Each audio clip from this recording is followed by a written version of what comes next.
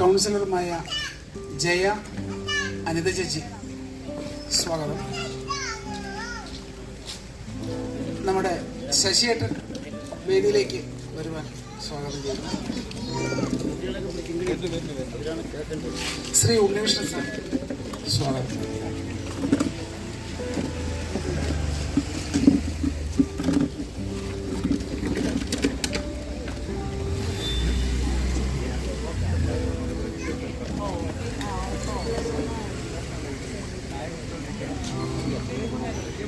നമ്മുടെ സതീഷ് സാർ വന്നുകൊണ്ടിരിക്കുകയാണ്, അദ്ദേഹം എത്തിയിട്ടില്ല. നമുക്ക്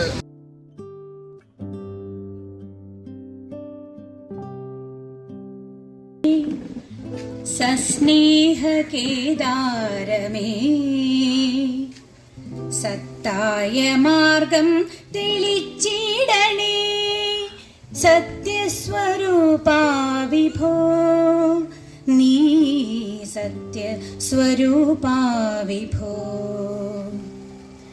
ജീവിത നൗക തുഴഞ്ഞിടുവാൻ ദേവാ വരമരുളൂ, ജീവിത നൗക തുഴഞ്ഞിടുവാൻ ദേവാ വരമരുളൂ.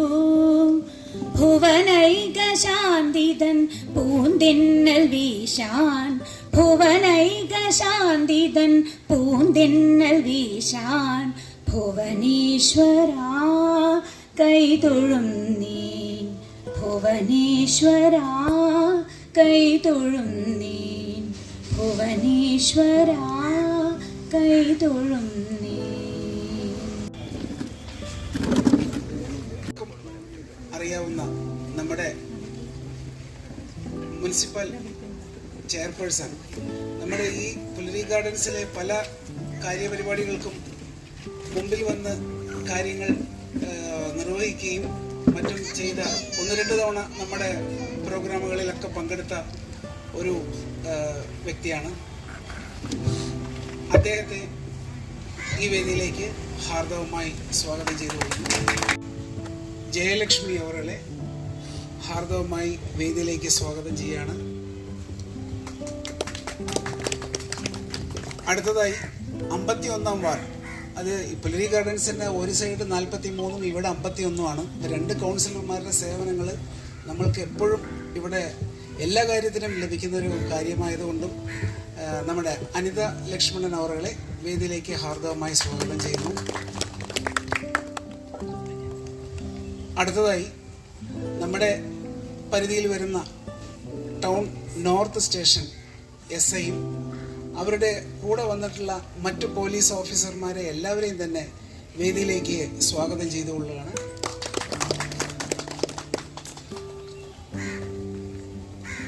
വളരെ കാലം നമ്മുടെ ഈ ഏരിയയിൽ പ്രവർത്തന ശൈലി കൊണ്ട് എല്ലാവരുടെയും മനസ്സിന് ഇണങ്ങിയ ഒരു വ്യക്തി ഇന്ന് നമ്മളുടെ ഇടയിലുണ്ട്. അദ്ദേഹം നമ്മുടെ ശ്രീ ശശിയേട്ടനെ, എല്ലാവർക്കും അറിയാം, ശശിയേട്ടനെ വേദിയിലേക്ക് സ്വാഗതം ചെയ്തുകൊള്ളുകയാണ്. കൂടാതെ തന്നെ നമ്മുടെ പുലരി ഗാർഡൻസിൽ അംഗങ്ങളിലെ എല്ലാ വ്യക്തികൾക്കും, പേരെടുത്ത് പറയുന്നില്ല, എല്ലാ വ്യക്തികൾക്കും, അമ്മമാർക്കും സഹോദരി സഹോദരന്മാർക്കും എല്ലാവർക്കും തന്നെ ഈ ഒരു അവസരത്തിൽ ഹാർദവമായ സ്വാഗതം ചെയ്തുകൊണ്ട് നമ്മുടെ കാര്യപരിപാടിയിലേക്ക് കടക്കാം. നമസ്കാരം.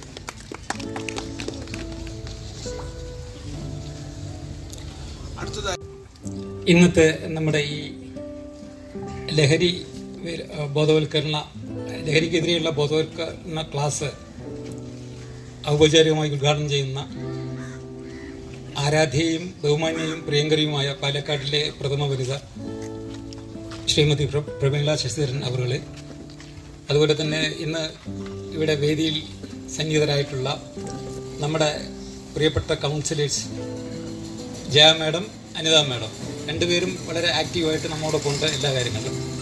അതുപോലെ തന്നെ ഇന്ന് ഇവിടെ ഈ ജുറിസ്ഡിക്ഷനിലെ പോലീസ് ഓഫീസേഴ്സായിട്ടുള്ള, പലപ്പോഴും നമ്മൾ ഈ കാര്യങ്ങളൊക്കെ കൈകാര്യം ചെയ്യുന്ന പോലീസ് ഓഫീസേഴ്സായിട്ടുള്ള ഉണ്ണികൃഷ്ണനുണ്ട്. അതുപോലെ തന്നെ നാളത്തെ വാഗ്ദാനം, കണ്ണൂരുകാരനാണ് പുള്ളി, ഇപ്പം വന്നിട്ടുള്ളൂ, പ്രൊഫഷനായിട്ട് വന്നിട്ടുള്ളതാണ്, 3ാമത്തെ ദിവസമാണ്.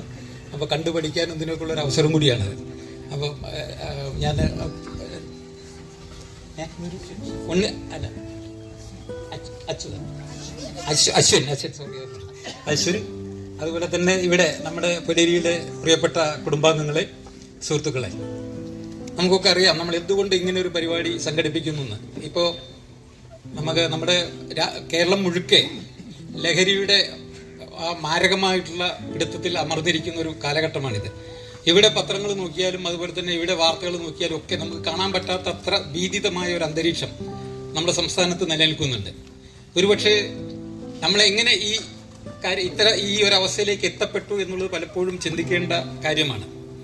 അപ്പോൾ പലപ്പോഴും നമുക്കൊക്കെ അറിയാം, നമ്മൾ ഇന്ത്യൻ കോൺസ്റ്റിറ്റ്യൂഷനിൽ നമ്മൾ ഫണ്ടമെന്റൽ റൈറ്റ്സും ഉണ്ട്, അതുപോലെ ഫണ്ടമെന്റൽ ഡ്യൂട്ടീസും ഉണ്ട്. ഫണ്ടമെന്റൽ റൈറ്റ്സ് എന്ന് പറയുന്നത് നമുക്കറിയാം നമ്മുടെ മൗലികാവകാശങ്ങൾ, അത് ആർട്ടിക്കിൾ 12 to 35 ആണ്. അതേസമയം നമ്മുടെ ഫണ്ടമെന്റൽ ഡ്യൂട്ടീസ് നമുക്കുന്നുണ്ട്, അത് നമുക്ക് ആർട്ടിക്കിൾ 54(1) പ്രകാരമാണ്, 51A പ്രകാരമാണ്. നമ്മൾ പലപ്പോഴും നമ്മുടെ റൈറ്റ്സ് മാത്രമാണ് നമ്മൾ പലപ്പോഴും ഓർക്കാറുള്ളത്, നമ്മുടെ ഡ്യൂട്ടീസ് നമ്മൾ പലപ്പോഴും മറക്കും. അതുകൊണ്ട് നമുക്കറിയാം നമ്മൾ പലപ്പോഴും പിന്നെ വേതനത്തിനായിട്ട് നമ്മൾ വേതനം കൂട്ടിത്തരുന്നതിനായിട്ട് ചെയ്യുന്നു. അതുപോലെ തന്നെ നമുക്കറിയാം നമ്മുടെ പരിസരം മലിനീകരിച്ചുകൊണ്ട് പലപ്പോഴും പലതും ഇട്ടുകൊണ്ട് നമുക്കറിയാം വേസ്റ്റൊക്കെ നമ്മൾ എത്രയോ ബോധവൽക്കരണങ്ങൾ നടത്തിയിട്ടുള്ളതാണ്. പക്ഷേ പലപ്പോഴും നമുക്കറിയാം നമ്മൾ അത് വളരെ ഈസി ആയിട്ട് നമുക്ക് കൈകാര്യം ചെയ്യുന്നതുകൊണ്ട് നമ്മൾ റോഡിലും അതുപോലെ തന്നെ മറ്റു സ്ഥലങ്ങളിലൊക്കെ ഇട്ടുപോകുന്ന ഒരവസ്ഥ. അപ്പോൾ സ്വാഭാവികമായിട്ട് അതുകൊണ്ടുണ്ടാകുന്ന ഈ ഉപേക്ഷിച്ച് പോകുന്ന ഒരാൾക്ക് യാതൊരു തരത്തിലുള്ള ബുദ്ധിമുട്ടുമില്ല. അത് അനുഭവിക്കുന്നത് നമുക്കറിയാം. ഇപ്പം ഇവിടെ ഒരു വേസ്റ്റ് ഇട്ട് കഴിഞ്ഞാൽ ഈ വീട്ടുകാർ തന്നെയാണ് അനുഭവിക്കുക. കാരണം പകർച്ചവ്യാധികൾ പകരാനുള്ളൊരു കാരണം അതൊരു ഹേതുവായിട്ട് മാറുന്ന അവസ്ഥ. അപ്പോൾ അതൊരു ആ സിവിക് സെൻസ് ആണ്. നമ്മൾ ഈ ഫണ്ടമെന്റൽ ഡ്യൂട്ടീസ് എന്ന് പറയുമ്പോൾ നമ്മൾ അത് നമ്മുടെ ഒരു സിവിക് സെൻസ് തന്നെയാണ്. അത് ആ സിവിക് സെൻസ് വളർത്തിയെടുക്കുന്നതിനുള്ളതാണ്. അപ്പോൾ ഈ അപ്പം ഞാൻ പറയുന്നത് നമ്മുടെ പുലരി റെസിഡൻഷ്യൽ അസോസിയേഷൻ, പുലരി ഗാർഡൻസ് റെസിഡൻഷ്യൽ അസോസിയേഷൻ എന്തുകൊണ്ട് ഇങ്ങനെ ഒരു കാര്യം, ഇവിടെ ഒരു ലഹരിക്കെതിരെയുള്ള ഒരു ബോധവൽക്കരണ ക്ലാസ് ഇവിടെ നടത്തണമെന്ന് ഞങ്ങൾ ചിന്തിച്ചത്, ഞങ്ങളുടെ എക്സിക്യൂട്ടീവ് കമ്മിറ്റി ചേർന്ന് ചിന്തിച്ചത് ഇതുകൊണ്ട് തന്നെയാണ്. നമുക്ക് നമ്മുടെ സമൂഹത്തിന് ഇതിനെ പറ്റിയിട്ട് നമുക്കുള്ള ഒരു ഫണ്ടമെന്റൽ ഡ്യൂട്ടീസ് ഉണ്ട് നമുക്ക് സമൂഹത്തോട് ചെയ്യാൻ. അത് ഇൻഡിവിജ്വലിനായിട്ട് ഉണ്ട്, അതുപോലെ തന്നെ ഒരു സൊസൈറ്റിക്കായാലും ഉണ്ട്, സ്ഥാപനങ്ങൾക്കും ഉണ്ട്, എല്ലാവർക്കും ഉണ്ട്. അപ്പോൾ തീർച്ചയായിട്ടും നമുക്കറിയാം ഇന്ന് നമ്മുടെ സമകാലീന കാലഘട്ടത്തിൽ ഏറ്റവും പ്രധാനപ്പെട്ട ഒരു അവസ്ഥ ഒരു എല്ലാവരെയും ഈ ഡ്രഗ് മെനസ് എന്നുള്ളത് എല്ലാവരെയും വേദനിപ്പിക്കുന്ന ഒരു വസ്തുവായിട്ട് മാറിയിരിക്കുകയാണ്. അപ്പം അതിന് നമ്മുടെ ഫണ്ടമെന്റൽ ഡ്യൂട്ടീസിന്റെ ഭാഗമായി ഇൻഡിവിജ്വലും അതുപോലെ സമൂഹത്തിനും നമ്മുടെ ഈ റെസിഡൻഷ്യൽ അസോസിയേഷനും ഒക്കെ അതിനെതിരെ പ്രതിരോധിക്കാനും അതുപോലെ തന്നെ അതിനുള്ള ക്ലാസ്സുകൾ നടത്താനൊക്കെ ഉള്ള ഡ്യൂട്ടി നമ്മളിൽ അർപ്പിതമാണ്.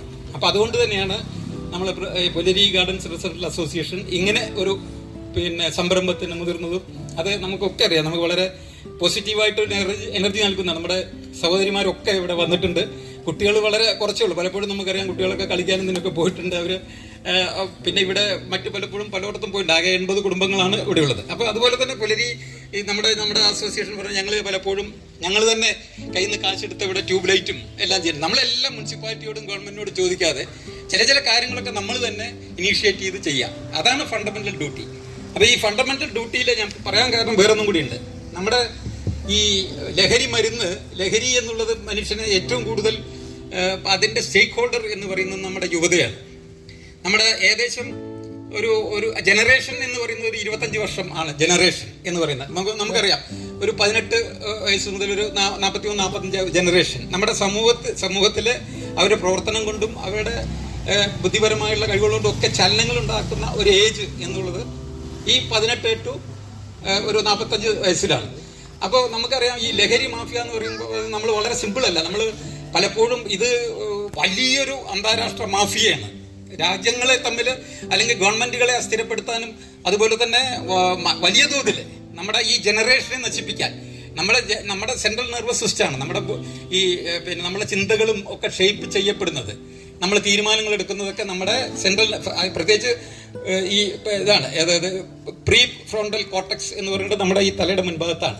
അപ്പോൾ സ്വാഭാവികമായിട്ടും ഇത് നമ്മൾ പലപ്പോഴും ഈ ഒരു 18 വയസ്സ് കഴിഞ്ഞാലാണ് ഇതിന്റെ പൂർണ്ണ വളർച്ച എത്തുന്നത്. എന്തുകൊണ്ടാണ് നമ്മൾ ഡ്രൈവിംഗ് ലൈസൻസ് 18 വയസ്സായ കൊടുത്താൽ മതി എന്ന് പറയുന്നത്, അല്ലെങ്കിൽ എന്തുകൊണ്ടാണ് ഓട്ടോവകാശം 18 വയസ്സായ കൊടുത്താൽ മതി എന്ന്?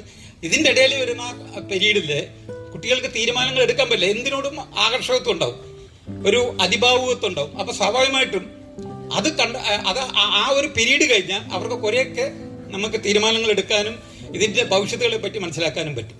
അപ്പോൾ സ്വാഭാവികമായിട്ടും ഈ ഡ്രഗ് മാഫിയ ആദ്യം ക്യാച്ച് ചെയ്യുന്നത്, പിടിക്കുന്നത് ഈ കുട്ടികളെയാണ്. നമുക്കറിയാം 9ാം ക്ലാസ്സിലും 10ാം ക്ലാസ്സിലെ കുട്ടികളെ വെച്ച് പിടിച്ചു കഴിഞ്ഞാൽ ഇവർ സ്വാഭാവികമായിട്ടും ഇതിന്റെ ആകർഷണ വലയത്തിൽ പെടും. നമുക്ക് വേറൊരു കാര്യം എന്നുള്ളത്, നമുക്ക് സന്തോഷം നൽകുന്ന രാസവസ്തു നമ്മുടെ ബ്രെയിൻ തലയിലാണുള്ളത്. അത് ഡോപ്പോമിൻ എന്ന് പറഞ്ഞുള്ള രാസവസ്തുവാണ്. ഈ ഡോപ്പോമിൻ വരുമ്പോഴാണ് നമ്മൾ ഈ ഡോപ്പോമിൻ ഒരു പെർട്ടിക്കുലർ ഏരിയ അത് ചലിക്കുമ്പോഴാണ് നമുക്ക് സന്തോഷം ഉണ്ടാകുന്നത്. അപ്പൊ സ്വാഭാവികമായിട്ടും ഈ ഡോപ്പോമിൻ ചെറിയ തോതിൽ നമ്മൾ മറ്റു രീതിയിലൊക്കെ നമ്മൾ വായനയിലൂടെയും സിനിമ കാണുന്നതിലും നിർദോഷകരമായ പ്രവർത്തികളിലൊക്കെ ഉണ്ടാകുമ്പോൾ അതിനൊരു ചെറിയ തോതിലുള്ള ഒരു ഡോപ്പോമിനാണ്. പക്ഷേ ഈ നമുക്കറിയാം MDMA പോലുള്ള മാരകമായിട്ടുള്ള മരുന്ന്, അതിന്റെ മോളിൽ നിന്നും അത് എന്നൊക്കെ പറഞ്ഞിട്ട് കുറെ പേരുകളൊക്കെ ഉണ്ട്. അപ്പൊ ഇത് എക്സ്റ്റസി മരുന്ന് എന്നൊക്കെ പറഞ്ഞിട്ട്, അപ്പൊ ഇത് നമ്മളെ എന്ത് ചെയ്യും, ഈ അളവിൽ കൂടുതൽ ചെല്ലുമ്പോൾ നമുക്ക് അളവിൽ കൂടുതലായിട്ടുള്ള നമുക്ക് സന്തോഷം, അല്ലെങ്കിൽ അതൊരു വല്ലാത്തൊരു അവസ്ഥയിലേക്ക് അത് നമ്മളെ എത്തിക്കുകയാണ്. അപ്പൊ എന്ത് ചെയ്യും, അത് ഒരിക്കലും ഉപയോഗിച്ചു കഴിഞ്ഞാൽ സ്വാഭാവികമായിട്ടും പിന്നെ അത്രയും ലെവലില് നമുക്കറിയാലോ, നമ്മൾ മരുന്ന് ആന്റിബയോട്ടിക് കൊടുക്കുമ്പോൾ നമുക്കറിയാം ആദ്യത്തെ ചെറിയ ഡോസ് കൊടുത്തു കഴിഞ്ഞും വലിയ ഡോസിലേക്ക് പോകുമ്പോൾ പിന്നെ ആ വലിയ ഡോസ് പിന്നെ ഒരു അസുഖം വരുമ്പോൾ ആ വലിയ ഡോസ് നമുക്ക് വേണ്ടി വരും. അപ്പൊ അതുപോലെ തന്നെ ഈ പിന്നെ MDMA എന്നുള്ള മരുന്ന് പിന്നെ ഉപയോഗിക്കാതിരുന്നാൽ വിഡ്രോവൽ സിൻഡ്രോമും അങ്ങനെ പലതിലും നിൽക്കുന്ന തുടങ്ങും. അവരൊരു പ്രത്യേക ഒരു ഹലൂസിജൻസ് എന്ന് പറയാ, ഇതിനെ ഒരു മായ ലോകത്തിലേക്ക് പോകുന്നൊരവസ്ഥ. അപ്പൊ സ്വാഭാവികമായിട്ടും അവരെന്തൊക്കെ ചെയ്തു കൂട്ടുന്നത് നമുക്ക് പറയാൻ വയ്യ. ഇപ്പൊ നമ്മളെ ഏറ്റവും കാർന്നു നിന്ന പ്രശ്നം ഇത് തന്നെയാണ്. ഇപ്പോൾ MDMA സിന്തറ്റിക് ഡ്രഗ്സ്, അത് സിന്തസൈസ് ചെയ്യാണ്, നമുക്ക് പല കെമിക്കലും കൂട്ടിച്ചേർത്ത് സിന്തറ്റിക് ഡ്രഗ്സ് ആക്കി മാറ്റുകയാണ്. അപ്പൊ സ്വാഭാവികമായിട്ടും നമ്മുടെ യുവതയാണ് അവർ പിടിക്കുന്നതും. അപ്പൊ ഒരു ജനറേഷനെ നശിപ്പിച്ചാൽ നമുക്ക് ആ രാജ്യം തന്നെ നാശമാകുന്ന ഒരു അവസ്ഥയിലെത്തും. അതാണ് നമ്മൾ മനസ്സിലാക്കേണ്ടത്. നമ്മുടെ സമൂഹമാണ് നാളെ കത്തിക്കുത്തും കൊലപാതകവും ഇവിടെ യുവന്മാർ നടന്ന് ഇതൊക്കെ ചെയ്തു കഴിഞ്ഞാൽ നമ്മുടെ സമൂഹം നശിക്കും. നമുക്കൊന്നും ചെയ്യാൻ പറ്റാത്ത ഒരു വളരെ ഐഡിയലായിട്ടുള്ള ഒരു സമൂഹത്തെ ആയിരിക്കും അവിടെ ഉണ്ടാവുക. അവര് സ്വാഭാവികമായിട്ടും നാളത്തെ പൗരന്മാരും അല്ലെങ്കിൽ രാജ്യത്തിന് വേണ്ടിയിട്ട് അവരുടെ ഉൽപാദന പ്രക്രിയയിലൊക്കെ ഏർപ്പെടുന്നതിന് പകരം അവര് ഈ തലത്തിൽ പോകുമ്പോൾ നമ്മുടെ സമൂഹവും നമ്മുടെ നാടും നമ്മുടെ രാജ്യവും ഒക്കെ നശിക്കും. അതാണ് എയിം ചെയ്യുന്നത് പലപ്പോഴും ഈ ഡ്രഗ് മാഫിയ എന്നുള്ളത്. അപ്പൊ സ്വാഭാവികമായിട്ടും നമുക്ക് ഒരുമിച്ച് ചേർന്ന് ഒരു ഗ്രൂപ്പായിട്ടുള്ള ഒരു സൊസൈറ്റി ഒന്നിച്ച് ചേർന്ന് ഫൈറ്റ് ചെയ്യുമ്പോൾ മാത്രമേ നമുക്ക് ഈ വിപത്തിൽ നിന്ന്, ഈ ഡ്രഗ് മെനസ് എന്നുള്ള വിപത്തിൽ നിന്ന് പിന്നെ നമുക്ക് രക്ഷപ്പെട്ടു പോകാൻ പറ്റും. അപ്പോൾ ഇവിടെ പിന്നെ സ്വാഭാവികമായിട്ടും അപ്പൊ ഈ നമ്മൾ ഈ പറയുന്ന ഡോപ്പോമിൻ എന്നുള്ള ഈ കാര്യം നമുക്ക് എല്ലാവരും നമ്മൾ പലപ്പോഴും ചോദിക്കാല്ലേ, സുഖമല്ലേ എന്നാണ് ചോദിക്കുക എല്ലാവരോടും, സുഖമല്ലേ എന്ന്. അപ്പൊ ഈ സുഖം നൽകുന്ന ഈ ഡോപ്പോമിനാണ്. പക്ഷേ ഈ ഡോപ്പോമിൻ വലിയ ചെറിയ തോതിൽ അല്ലാതിരുന്നു കഴിഞ്ഞാലുള്ള അവസ്ഥ എന്ന് പറയുന്നത് വളരെ ഭീതിജനകമാണ്. അതാണ് നമ്മൾ മനസ്സിലാക്കേണ്ടത്. അപ്പൊ തന്നെ നമ്മൾക്കറിയാം 18 വയസ്സ് ഇവരുടെ അസിസ്റ്റന്റ് എക്സൈസ് കമ്മീഷണർ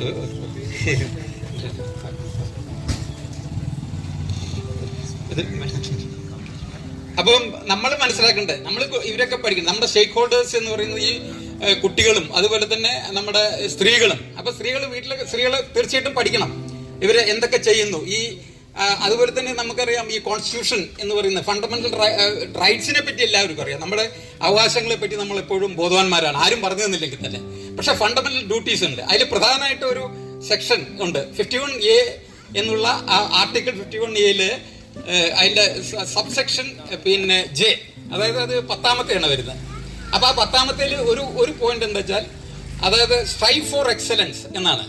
അത് ഇൻക്ലൂഡിങ് അത് individual or society or anyone else. അപ്പോൾ നമ്മൾ എന്തിനാ എക്സലൻസിലേക്ക് നമ്മൾ സ്ട്രൈവ് ചെയ്യണം, അതായത് ഏറ്റവും നല്ലൊരു അവസ്ഥയിലേക്ക് മാക്സിമം ഉള്ള എക്സലന്റ് ആവുക എന്നുള്ള ഇതിലേക്ക്. അപ്പൊ ഇങ്ങനെ അത് നമ്മുടെ രാജ്യത്തിന് തന്നെ ഗുണകരമായിട്ട് ഒരു എക്സലന്റ് കൺട്രി ആയിട്ട് മാറും. അപ്പൊ ഞാൻ നേരത്തെ പറഞ്ഞ ഈ എക്സലൻസ് ഇല്ലാതാക്കി തീർക്കുകയാണ് നമ്മൾ ഈ പറയുന്ന ഡ്രഗ് മാഫിയ ചെയ്യുന്നത്. അപ്പൊ തീർച്ചയായിട്ടും നമ്മുടെ കുട്ടികളെ ഇപ്പൊ ഇതിൽ തന്നെ ഈ ഡ്രഗ്സിനെ സംബന്ധിച്ചോളം നമുക്കറിയാം അതിൽ 3 വിഭാഗമാണ് ഉള്ളത്. ഒന്ന് സ്റ്റിമുലന്റ് ആണ്. നമുക്കറിയാം സ്റ്റിമുലന്റ് ഇപ്പോൾ ഒരു സിഗരറ്റ് വലിച്ചു കഴിഞ്ഞാൽ നമുക്കൊരു സ്റ്റിമുലേറ്റിംഗ് ഇഫക്റ്റ് ആണ് കിട്ടുന്നത്. അതുപോലെ തന്നെ നമ്മൾ പിന്നെ അങ്ങനെ ചെറിയ ചെറിയ കാര്യങ്ങളൊക്കെ ഉണ്ട്. ഈ സ്റ്റിമുലന്റ് കഴിഞ്ഞാൽ പിന്നെ ഡിപ്രസന്റ് ആണ്. ഡിപ്രസന്റ് പലപ്പോഴും നമുക്കറിയാം ഈ നമ്മുടെ ഇതൊക്കെ നമ്മൾ ക്യാൻസറിന് കൊടുക്കുന്ന മോർഫിനും അതുപോലെ തന്നെ നമ്മളെ ഉറക്കിക്കിടത്തുന്ന, നമ്മുടെ വേദനകളൊന്നും ഇല്ലാതെ ഉറക്കിക്കിടത്തുന്ന ഒരു അവസ്ഥ. അപ്പൊ ഈ സ്റ്റിമുലന്റ് നമ്മൾ അടുത്ത ഡിഗ്രി അത് ഈ ഡിപ്രസന്റിലേക്ക് പോകും. പിന്നെ അടുത്തതാണ് ഞാൻ പറയുക ഹലൂസിജൻസ് പറഞ്ഞാൽ നമ്മൾ മായാലോകത്തിലാണ്. ഇപ്പൊ വരുന്ന സിന്തറ്റിക് ഡ്രഗ്സ് മുഴുക്കെ ഈ മായാലോകത്തിലേക്കാണ് നമ്മളെ കൂട്ടിക്കൊണ്ടുപോകുന്നത്. അപ്പോൾ ഒരുതരം നിഷ്ക്രിയത്വം, നമ്മൾ എവിടെയൊക്കെയോ എന്തൊക്കെയോ കാണിക്കുന്നു, അവർ എന്താ ചെയ്യുന്നതെന്ന് അറിയില്ല, എന്തൊക്കെയാണ് അവന് അവൻ്റെ ഇമോഷൻസ് വളരെയധികം കൂടും. ഈ പറയുന്ന ഡോപ്പോമിൻ്റെ അളവ് അത്രയും കൂടുമ്പോൾ നമ്മൾ എന്തൊക്കെ ചെയ്യുന്നത് നമുക്ക് മനസ്സിലാവില്ല. അപ്പോൾ ഈവൻ അവൻ ചെയ്യുന്ന കത്തിയെടുത്ത് കുത്തുന്നതും കൂടി അവരിൽ സന്തോഷം ഉണ്ടാക്കുന്ന ഒരു അവസ്ഥയായിട്ട് മാറുന്ന ഒരു കാലഘട്ടം നമ്മൾ ആലോചിച്ച് നോക്കി. എത്ര തന്നെ അത് സംഭ്രമജനകമാണ്, എത്ര ഭീതിജനകമാണ്. അപ്പോൾ തീർച്ചയായിട്ടും അതിനെതിരായിട്ടുള്ള ഒരു കഠിന പ്രയത്നം നമ്മൾ ഇപ്പൊ തന്നെ തുടങ്ങണം. കാരണം കേരള സമൂഹം, നമുക്കറിയാം പഞ്ചാബിലാണ് ഏറ്റവും കൂടുതൽ ഇതിന്റെ ഭവിഷ്യത്തുകൾ നമ്മൾ അനുഭവിച്ചിരുന്ന ഒരു സംസ്ഥാനം. പക്ഷെ അവിടെ പലപ്പോഴും ഇഫക്റ്റീവായിട്ടുള്ള എല്ലാവരും ചേർന്നുകൊണ്ടുള്ള മെഷേഴ്സ് കൊണ്ട് അത് പലപ്പോഴും വളരെ നന്നായിട്ട് അവർക്ക് പ്രതിരോധിക്കാൻ കഴിഞ്ഞിട്ടുണ്ട്. ഇവിടെ കേരളത്തിലും ഇന്ന് ഈ സൊസൈറ്റി, നമ്മുടെ യുവത അതിലേക്ക് പോയിക്കൊണ്ടിരിക്കുകയാണ്. നമുക്കൊക്കെ ഒരുമിച്ച് ഇവിടെ അതിനെതിരെ ഫൈറ്റ് ചെയ്യുന്നതിന് വേണ്ടിയിട്ട് നമുക്ക് ചെയ്യാവുന്ന കാര്യം, നമ്മുടെ ഫണ്ടമെന്റൽ ഡ്യൂട്ടീസിന്റെ ഭാഗമായിട്ടാണ് പുലരി ഗാർഡൻസ് റെസിഡന്റ് അസോസിയേഷൻ ഇങ്ങനെ ഒരു ബോധവൽക്കരണ ക്ലാസ് ഉദ്ദേശിച്ചത്. നമുക്കറിയാം നമ്മുടെ മുനിസിപ്പൽ ചെയർപേഴ്സൺ, ആദരണീയായ മുനിസിപ്പൽ ചെയർപേഴ്സൺ, അവരെ നമുക്കറിയാം പാലക്കാടിന്റെ എല്ലാ നല്ല കാര്യത്തിനും ഒപ്പമുണ്ട്. നമുക്കറിയാം പല പദ്ധതികളുണ്ട്, ഡെവലപ്മെന്റൽ ആക്ടിവിറ്റീസ് ഒക്കെ ആണെങ്കിലും അവര് മുന്നിൽ നിന്ന് നയിക്കുന്നുണ്ട്. നമുക്കറിയാം കഴിഞ്ഞ 5 വർഷവും. അപ്പോൾ ഇപ്പൊ സ്വാഭാവികമായിട്ടും അവരുടെ പീരീഡൊക്കെ ടെന്യൂറൊക്കെ അവര് ഇക്കാര്യങ്ങൾ വളരെ തന്നെ അവർക്ക് വളരെ ഉത്സാഹവും ഇക്കാര്യങ്ങൾ ഉത്സാഹവും അതുപോലെ തന്നെ അവർക്ക് ആശങ്കയുമുണ്ട്. അവരെ നമ്മൾ സമ്മതിച്ചപ്പോൾ നമുക്ക് കിട്ടിയ കാര്യങ്ങളാണിത്. അവർ ഓരോ കാര്യവും അതിൽ ശ്രദ്ധിക്കുന്നുണ്ട്. സ്വാഭാവികമായിട്ടും അവരോട് നമ്മളുടെ ഏത് കാര്യത്തിലും, നമ്മളെ PGRയുടെ ഏത് കാര്യം പറഞ്ഞാലും അവർ ഓടി വന്ന് നമ്മുടെ ഉദ്ഘാടനത്തിലൊക്കെ നേരത്തെയൊക്കെ വന്നിട്ടുണ്ട്. സ്വാഭാവികമായിട്ടും അതുപോലെ തന്നെ നമുക്കറിയാം നമ്മുടെ ശക്തി എന്ന് പറയുന്നത് നമ്മുടെ ഈ റെസിഡൻഷ്യൽ അസോസിയേഷനിലെ ഈ കൂട്ടായ്മ തന്നെയാണ്. ഏകദേശം 80 വീടുകൾ ഇവിടെയുണ്ട്. അവരെല്ലാവരും നമുക്ക് പലപ്പോഴും നമ്മൾ പറഞ്ഞു കഴിഞ്ഞാൽ അത് യൂണിഫോംലി അഡ്മിറ്റ് ചെയ്യുന്ന അല്ലെങ്കിൽ യുനാനിമസ്ലി അത് സ്വീകരിക്കുന്ന ഒരു സമൂഹം നമ്മുടെ ഇപ്പോൾ ചെറുതാണെങ്കിലും നമുക്ക് അങ്ങനെ ഒരു ജനത ഇവിടെയുണ്ട്. ഏത് കാര്യങ്ങൾക്കും ഒപ്പം നിൽക്കുന്ന ഒരാളുകളുണ്ട്. സ്വാഭാവികമായിട്ടും അത് തന്നെയാണ് വേണ്ടത്. ഈ മനസ്സിനെതിരെ നമുക്ക് ഒരുമിച്ച് പോരാടാം. ഇവിടെ ഒരു പ്രതിജ്ഞ ചൊല്ലുന്നുണ്ട്, അത് കഴിഞ്ഞിട്ട് അത് നമുക്ക് തീർച്ചയായിട്ടും അപ്പം നമ്മുടെ ഈ യോഗം, ഈ ബോധവൽക്കരണ ക്ലാസ് ഉദ്ഘാടനം ചെയ്യാമെന്നുള്ളത് നമ്മുടെ ആരാധ്യയായിട്ടുള്ള മുനിസിപ്പൽ ചെയർപേഴ്സൺ തന്നെയാണ്. അവരെ ഞാൻ എല്ലാ ബഹുമാനത്തോടെയും ഏവരുടെയും സമ്മതത്തോടെയും ഞാൻ ഈ ചടങ്ങ് ഉദ്ഘാടനം ചെയ്യുന്നതിനായി ഔദ്യോഗികമായി ക്ഷണിച്ചുകൊണ്ട് നിർത്തുന്നു. നന്ദി, നമസ്കാരം. വേദിയിലെത്തിയ അസിസ്റ്റന്റ് എക്സൈസ് കമ്മീഷണർ തൃശ്ശൂരിലെ സതീഷ് സാർക്ക് വേദിയിലേക്ക് ഹാർദവമായി സ്വാഗതം ചെയ്തുകൊള്ളാണ്.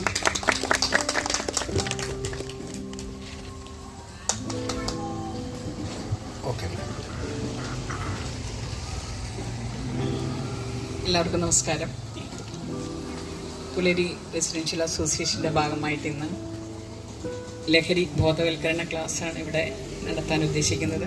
ഈ പരിപാടിക്ക് അധ്യക്ഷത വഹിക്കുന്ന ഈ പുലരി റെസിഡൻഷ്യൽ അസോസിയേഷൻ്റെ പ്രസിഡൻ്റായിട്ടുള്ള വിജയകുമാർ സാർ, അതുപോലെ തന്നെ സ്വാഗതം ആശംസിച്ച ബൈജുറാം, നമ്മുടെ ഈ വാർഡിൻ്റെ കൗൺസിലർമാരായിട്ടുള്ള ജയലക്ഷ്മി, അതുപോലെ തന്നെ അനിത, പിന്നെ നമ്മുടെ എല്ലാവരുടെയും സാമൂഹ്യ സേവനത്തിന് മുൻപന്തിയിലെത്തുന്ന നമുക്ക് ഏവർക്കും പ്രിയങ്കരനായിട്ടുള്ള നമ്മുടെ ശശി, അതുപോലെ തന്നെ നമ്മുടെ പോലീസ് ഡിപ്പാർട്ട്മെൻറ്റിലും എത്തിയിട്ടുള്ള ഇൻസ്പെക്ടർമാർ, അതുപോലെ എക്സൈസ് ഡിപ്പാർട്ട്മെൻറ്റിൽ അസിസ്റ്റൻറ്റ് കമ്മീഷണറായിട്ടുള്ള സതീഷ് സാറ്, മറ്റു സദസ്സിലിരിക്കുന്ന സ്നേഹമുള്ള സഹോദരന്മാരെ, സത്യത്തിൽ വളരെയധികം സന്തോഷമുണ്ട്. ഈ ഒരു ടീം ഏറ്റെടുത്ത് പുലരി അസോസിയേഷൻ ഇതിന് ഒരു മുൻകൈ എടുത്തു എന്നുള്ളതിൽ ഞാൻ നിങ്ങളെ അഭിനന്ദിക്കുകയാണ്. കാരണം നമ്മൾ ഈ വരുന്ന കാലഘട്ടത്തിൽ നമ്മൾ എവിടേക്കാണ് പോകുന്നത് എന്ന് പോലും നമ്മൾ അറിയാത്തൊരു സിറ്റുവേഷനിലേക്ക് മാറിക്കൊണ്ടിരിക്കുകയാണ് അല്ലേ. ദിവസം പ്രതി നമ്മൾ പത്രങ്ങൾ വായിക്കുകയും അതുമാതിരി മാധ്യമങ്ങളിലൂടെ കാണുന്നതും വളരെ പ്രയാസപ്പെട്ട ഒരു മനസ്സിനെ നോവിക്കുന്ന തരത്തിലുള്ള പ്രയാസങ്ങളാണ് നമ്മൾ ദിവസവും പ്രതി കാണുന്നത്. ഇന്ന് പത്രം നോക്കണമെന്നും ആഗ്രഹമേ ഇല്ല. കാരണം രാവിലെ എണീച്ച് പത്രം വായിച്ചാൽ ഇത്തരത്തിലുള്ള ലഹരി മദ്യം ഉപയോഗിച്ചിട്ട് വീട്ടിലെ അച്ഛനാണോ അമ്മയാണോ കൂടപ്പിറപ്പാണോ എന്ന് ചിന്തിക്കാത്ത രീതിയിലുള്ള പ്രവർത്തനം മുന്നോട്ട് പോകുമ്പോൾ നമുക്ക് സത്യത്തിൽ പേപ്പർ വായിക്കണമെന്നില്ല, മാധ്യമങ്ങൾ കാണുന്നില്ല. ശരിക്കും പറഞ്ഞാൽ വൈകുന്നേരങ്ങളിൽ TV കാണുന്ന കുട്ടികളുടെ പാട്ട് കേൾക്കാൻ മാത്രമാണ് ഇന്ന് TV ഓൺ ചെയ്യുന്നത് എന്നുള്ളത് പറയാതിരിക്കാൻ വയ്യ. വളരെ വിഷമത്തോടു കൂടിയാണ് പറയുന്നത്. കാരണം നമ്മുടെ വളരെ മോശമായിട്ടുള്ള സാഹചര്യത്തിലേക്ക് നമ്മൾ പോയിക്കൊണ്ടിരിക്കുമ്പോൾ ഇന്ന് ഞങ്ങൾ നമ്മുടെ അസിസ്റ്റന്റ് കമ്മീഷണർ സതീഷ് സാറ് കഴിഞ്ഞ 2015-20 കാലഘട്ടങ്ങളിൽ കുറേ സ്കൂളുകളിൽ, ഒരുപാട് സ്കൂളുകളിൽ, അതുമാതിരി തന്നെ പാലക്കാട് നഗരസഭയിൽ വിമുക്തി എന്ന പ്രോഗ്രാം നടത്തുകയും അതായത് ലഹരിക്കെതിരായിട്ടുള്ള പ്രവർത്തനങ്ങൾ, നമ്മൾ ഒരുപാട് പ്രവർത്തനങ്ങൾ നടത്തിയൊരു വ്യക്തിത്വമുള്ളൊരു മനുഷ്യനാണ് അസിസ്റ്റന്റ് കമ്മീഷണറായിട്ടുള്ള സതീഷ് സാറ്. ഒരുപാട് പരിപാടിയിൽ ഞാനും അതിൽ പങ്കാളിയായത് എനിക്ക് വലിയ സന്തോഷമുള്ള കാര്യമാണ്. പക്ഷെ അതിൽ നിന്നും വളരെ വ്യത്യസ്തമായി നമ്മൾ എങ്ങനെയാണോ ഈ ലഹരിക്കെതിരെ പ്രവർത്തിക്കുന്നത്, ആ പ്രവർത്തിക്കുന്നതിനനുസരിച്ച് ലഹരി കൂടിക്കൊണ്ടു വരുന്ന ഒരു സാഹചര്യത്തിലേക്ക് പോകുമ്പോൾ ഇന്ന് നമുക്കറിയാവുന്നത്, ഞാൻ മനസ്സിലാക്കിയിടത്തോളം ഞാൻ മനസ്സിലാക്കുന്നത് എന്താ വെച്ചാൽ, ഒരു കുടുംബത്തിൽ നിന്നാണ് നമ്മളിതെല്ലാം തുടങ്ങേണ്ടത് അല്ലേ. ഒരു കുടുംബത്തിലെ സ്നേഹം ഇല്ലാതെ ആയി പോകുമ്പോഴാണ് ഇത്തരത്തിൽ കുട്ടികൾ വഴിതെറ്റി പോകുന്നത് എന്ന് ഞാൻ മനസ്സിലാക്കുന്നു. നമ്മളൊക്കെ എല്ലാവർക്കും അറിയാം, കൂട്ടുകുടുംബ വ്യവസ്ഥയിൽ നിന്നും അണുകുടുംബ വ്യവസ്ഥയിലേക്ക് വന്നുള്ള വ്യവസ്ഥ. കൂട്ടുകുടുംബ വ്യവസ്ഥ പറയുമ്പോൾ നമുക്ക് അച്ഛൻ, അമ്മ, അമ്മാവൻ, മുത്തശ്ശി അവരെല്ലാവരും നമ്മളെ ശ്രദ്ധിക്കാൻ അന്നത്തെ കാലഘട്ടങ്ങളിൽ ഉണ്ടായിരുന്നു. പക്ഷെ ഇന്ന് അങ്ങനെയല്ല. ഇന്നത്തെ അവസ്ഥ എന്താണെന്ന് വെച്ചാൽ നമുക്കറിയാം, അണുകുടുംബം പറയുമ്പോൾ ഞാൻ അല്ലെങ്കിൽ ഞാൻ എൻ്റെ 2 മക്കള് അങ്ങനെയാണ്. ആദ്യം ഞാൻ നന്നാവണം, പിന്നെ വേണം കുടുംബം നന്നാക്കാൻ, കുടുംബം നന്നായ ശേഷം സമൂഹം നന്നാവണം, പിന്നെ വേണം രാജ്യത്തെ നന്നാക്കാൻ അല്ലേ. അങ്ങനെയാണ് നമ്മളെല്ലാവരും ചിന്തിക്കുന്നത്. ആദ്യം സ്വയം നന്നാവണമെങ്കിൽ നമ്മൾ കുറേ മാറ്റങ്ങൾ വരുത്തണം. ഞാൻ എൻ്റെ വീട്ടിൽ മൊബൈൽ ഉപയോഗിക്കുന്നത് കുറയ്ക്കണം, കമ്പ്യൂട്ടർ കാണുന്നത് കുറയ്ക്കണം, കുടുംബങ്ങളായിട്ട് ഇരുന്ന് കൂട്ടാരുടെ കൂടെ ഇരുന്ന് ഭക്ഷണം കഴിക്കാനും അതുപോലെ എല്ലാ കാര്യങ്ങളും സംസാരിക്കാനുള്ളൊരു അവസരം ഉണ്ടാക്കണം. ഇതെല്ലാം നഷ്ടപ്പെട്ടുകൊണ്ടിരിക്കുന്ന ഈ കാലഘട്ടത്തിൽ വളരെയധികം പ്രയാസമാണ്. നമുക്കറിയാം, മക്കളെ പഠിപ്പിക്കാൻ അവരെ നിർബന്ധപൂർവ്വം പല എഞ്ചിനീയർ ആവണം, ഡോക്ടർ ആവണം, അല്ലെങ്കിൽ നീ ലണ്ടനിൽ പോകണം, അമേരിക്കയിലേക്ക് പോകണം എന്ന് ആഗ്രഹിക്കുന്ന രക്ഷിതാക്കളാണ് ഇന്ന് കൂടുതൽ. പക്ഷെ അവരവിടെ പോയാൽ അന്യ സംസ്ഥാനങ്ങളിൽ പോയി എന്ത് പഠിക്കുന്നു, അവരെന്താണെന്ന് പോലും ശ്രദ്ധിക്കാതെ അവരാവശ്യപ്പെടുന്ന എല്ലാ സാധനങ്ങളും നമ്മൾ കൃത്യമായിട്ട് വാങ്ങിച്ചു കൊടുക്കുകയും അതുപോലെ തന്നെ അവരുടെ പ്രവർത്തനം അവിടെ എന്താണ്, അതുപോലെ തന്നെ അവരവിടെ എന്ത് ചെയ്യുന്നു എന്ന് പോലും ചിന്തിക്കാതെ വൈകുന്നേരങ്ങളിൽ രാത്രി 8 മണി കഴിഞ്ഞാൽ മകൻ എന്ത് ചെയ്യുന്നു, ഭക്ഷണം കഴിച്ചോ, രാത്രി ഉറങ്ങുന്നു, ആ ഒരു സംസാരം ഇല്ല. വീട്ടിലെ കുടുംബത്തിൽ തന്നെ അതില്ലാതെ പോവുകയാണ് രക്ഷിതാക്കൾ. വളരെ കുറവാണ്. കാരണം അവർ തന്നെ ക്ലബിൽ പോയിട്ടും പല വേറെ രീതിയിലുള്ള സന്തോഷം കണ്ടെത്തുന്ന സമയത്ത് മക്കളൊന്നും ശ്രദ്ധിക്കാതെ വരുമ്പോൾ വേറൊരു രീതിയിലേക്ക് അവർ പോവുകയാണ്.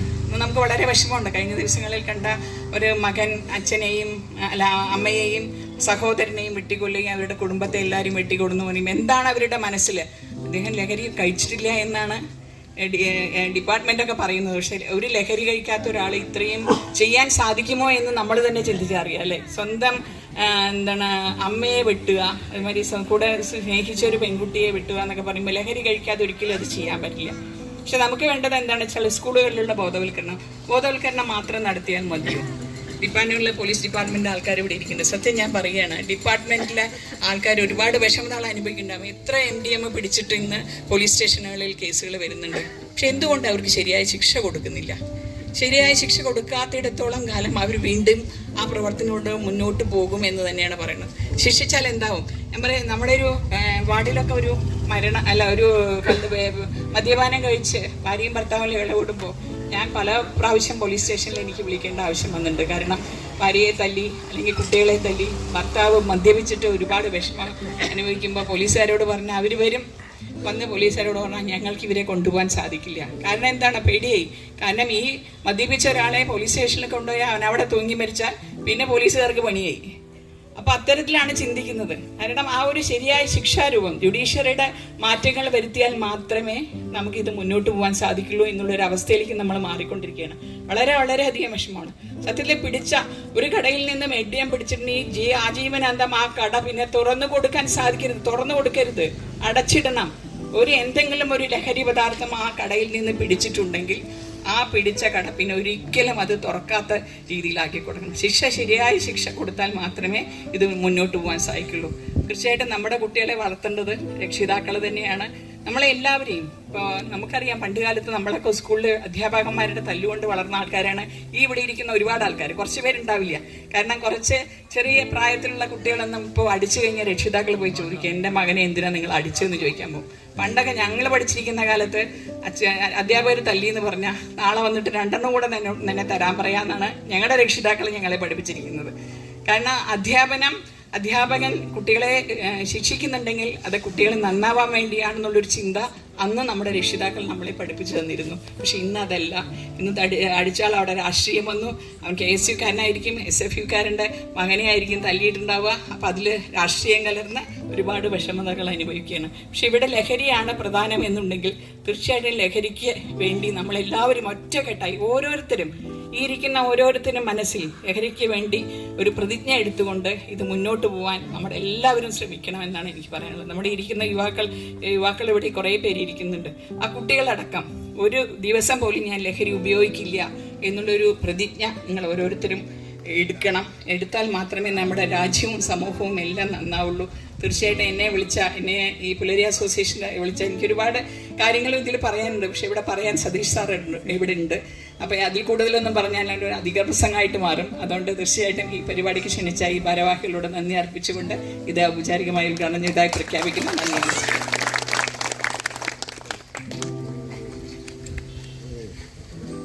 നമ്മുടെ ചെയർപേഴ്സൺ പറഞ്ഞതുപോലെ നമ്മുടെ ഈ രാജ്യം നന്നാകണമെങ്കിൽ നമ്മുടെ വീട്ടിലുള്ള അംഗങ്ങൾ ഓരോരുത്തരും ഈ പ്രതിജ്ഞ നമ്മൾ സ്വീകരിച്ചിരിക്കണം.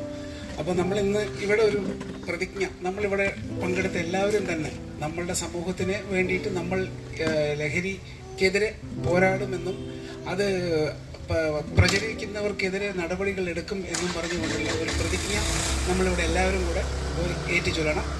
ശ്രീ അക്ഷയ മോളെ ഒന്ന് വിളിക്കണം.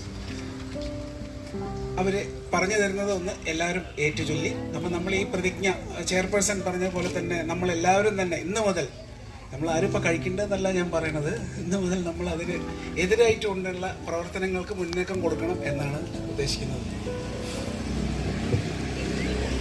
എല്ലാവരും ഒന്ന് ഒരു മിനിറ്റ് അടിച്ചു നിൽക്കാം.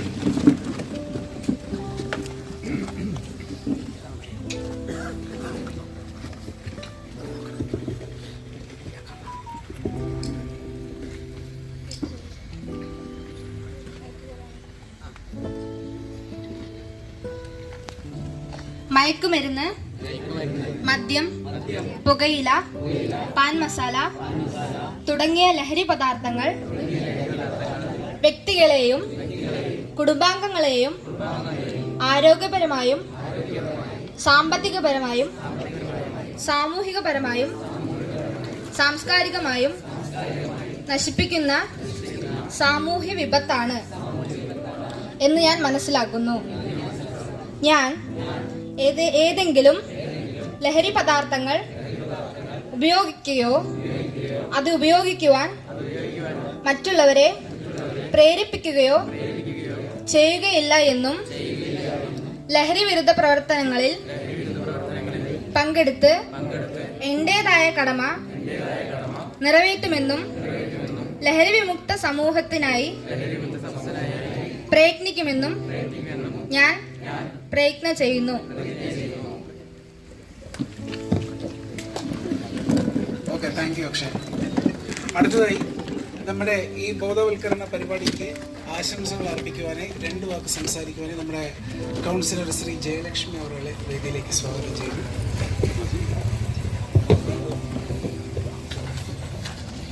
എല്ലാവർക്കും നമസ്കാരം. സ്വാഗതം പറഞ്ഞ ബിജു ഏട്ടൻ, അതുപോലെ പ്രസിഡന്റ് വിജയകുമാർ സാറ്, ഉദ്ഘാടനം ചെയ്ത പ്രേമിയുടെ ചേച്ചി, ക്ലാസ് എടുക്കാൻ വന്ന സതീഷ് സാറ്, എല്ലാവർക്കും നമസ്കാരം പറഞ്ഞുകൊണ്ട് വളരെ സന്തോഷമുണ്ട്. ഇന്നത്തെ ഈ പുലരി ഗാർഡൻ റെസിഡൻസ് അസോസിയേഷൻ്റെ ഭാഗമായിട്ട് ഈ ലഹരി വിമുക്ത ബോധവൽക്കരണ ക്ലാസ് സംഘടിപ്പിച്ചതിൽ ഈ ലഹരിയുടെ ഉപയോഗം കൊണ്ട് വരും തലമുറ തന്നെ ഇല്ലാതായിക്കൊണ്ടിരിക്കുകയാണ്. നമ്മുടെ മക്കളെ എന്ത് ചെയ്യുന്നു, എവിടേക്ക് പോകുന്നു എന്ന് പോലും നമുക്ക് അറിയണില്ല. അപ്പോൾ അവർക്ക് ഇനി വരും തലമുറ നശിപ്പിക്കുന്ന രീതിയിൽ ലഹരി ഉപയോഗിക്കാതെ നമ്മുടെ മക്കളെ നല്ല രീതിയിൽ കൊണ്ടുവരാൻ നമ്മൾ ഓരോരുത്തരും പ്രതിജ്ഞ എടുക്കണം എന്ന് മാത്രം പറഞ്ഞുകൊണ്ട് ഇന്നത്തെ ഈ പരിപാടിക്ക് എല്ലാവിധ ആശംസകളും അറിയിച്ചോളൂ. Thank you councillor. അടുത്തതായി 51ാം വാർഡ് കൗൺസിലർ ശ്രീ അനിത ലക്ഷ്മണൻ അവരുടെ ആശംസകൾ അർപ്പിക്കുന്നതായി വേദിയിലേക്ക് സ്വാഗതം ചെയ്യും.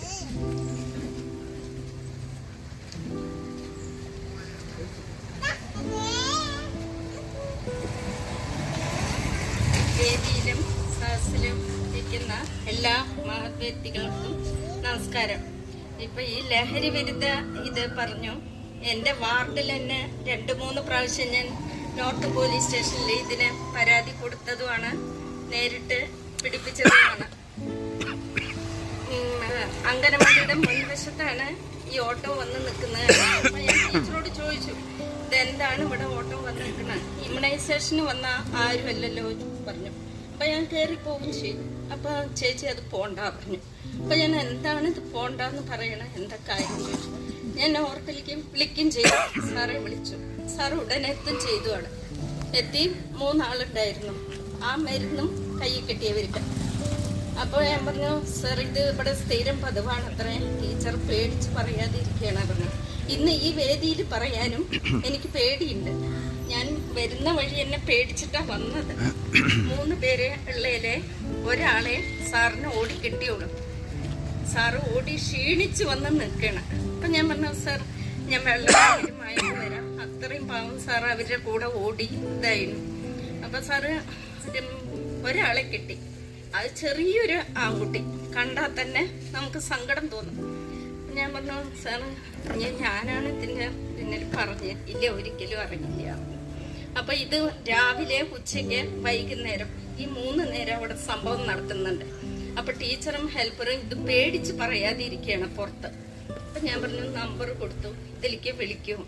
പക്ഷെ സാർമാര് ഓടിയെത്തി വന്നു, അവരെ കൊണ്ടുപോകും ചെയ്തു. സാർ ഇടയ്ക്കൊന്ന് ഇവിടെ പെട്രോളിംഗ് നടത്തേണ്ടത് അത്യാവശ്യമാണ്, വേണ്ടാത്ത എല്ലാ പരിപാടിയും അവിടെ ഉണ്ട്. ലെറ്റർ 2 പ്രാവശ്യം ഞാൻ അവിടെ കൊണ്ടുപോയി കൊടുത്തിട്ടുണ്ട്. ഇത് നേരിട്ട് പറയുകയും ചെയ്തു.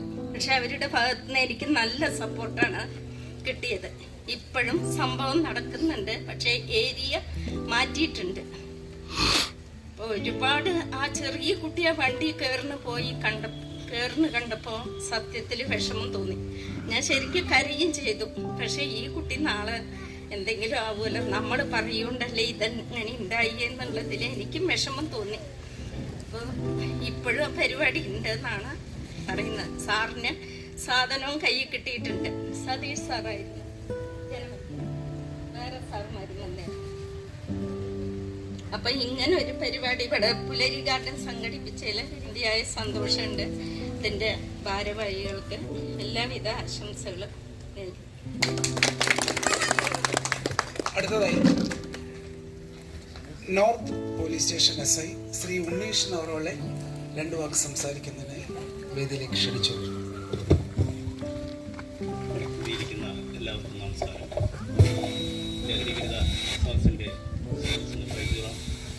ആദ്യം ആഹ്വാനം വഹിച്ച വിജയകുമാർ സാർ, ഉദ്ഘാടനം നിർവഹിച്ച പാലക്കാട് ജില്ലാ ചെയർപേഴ്സൺ കൗൺസിലർമാർ, നമ്മുടെ ഈ ക്ലാസ് എടുക്കാൻ വേണ്ടി തൃശ്ശൂർ ജില്ലാ അസിസ്റ്റൻറ്റ് കമ്മീഷണർ സബീർ സാർ, ഇവിടെ കൂടിയിരിക്കുന്ന എല്ലാവർക്കും നമസ്കാരം.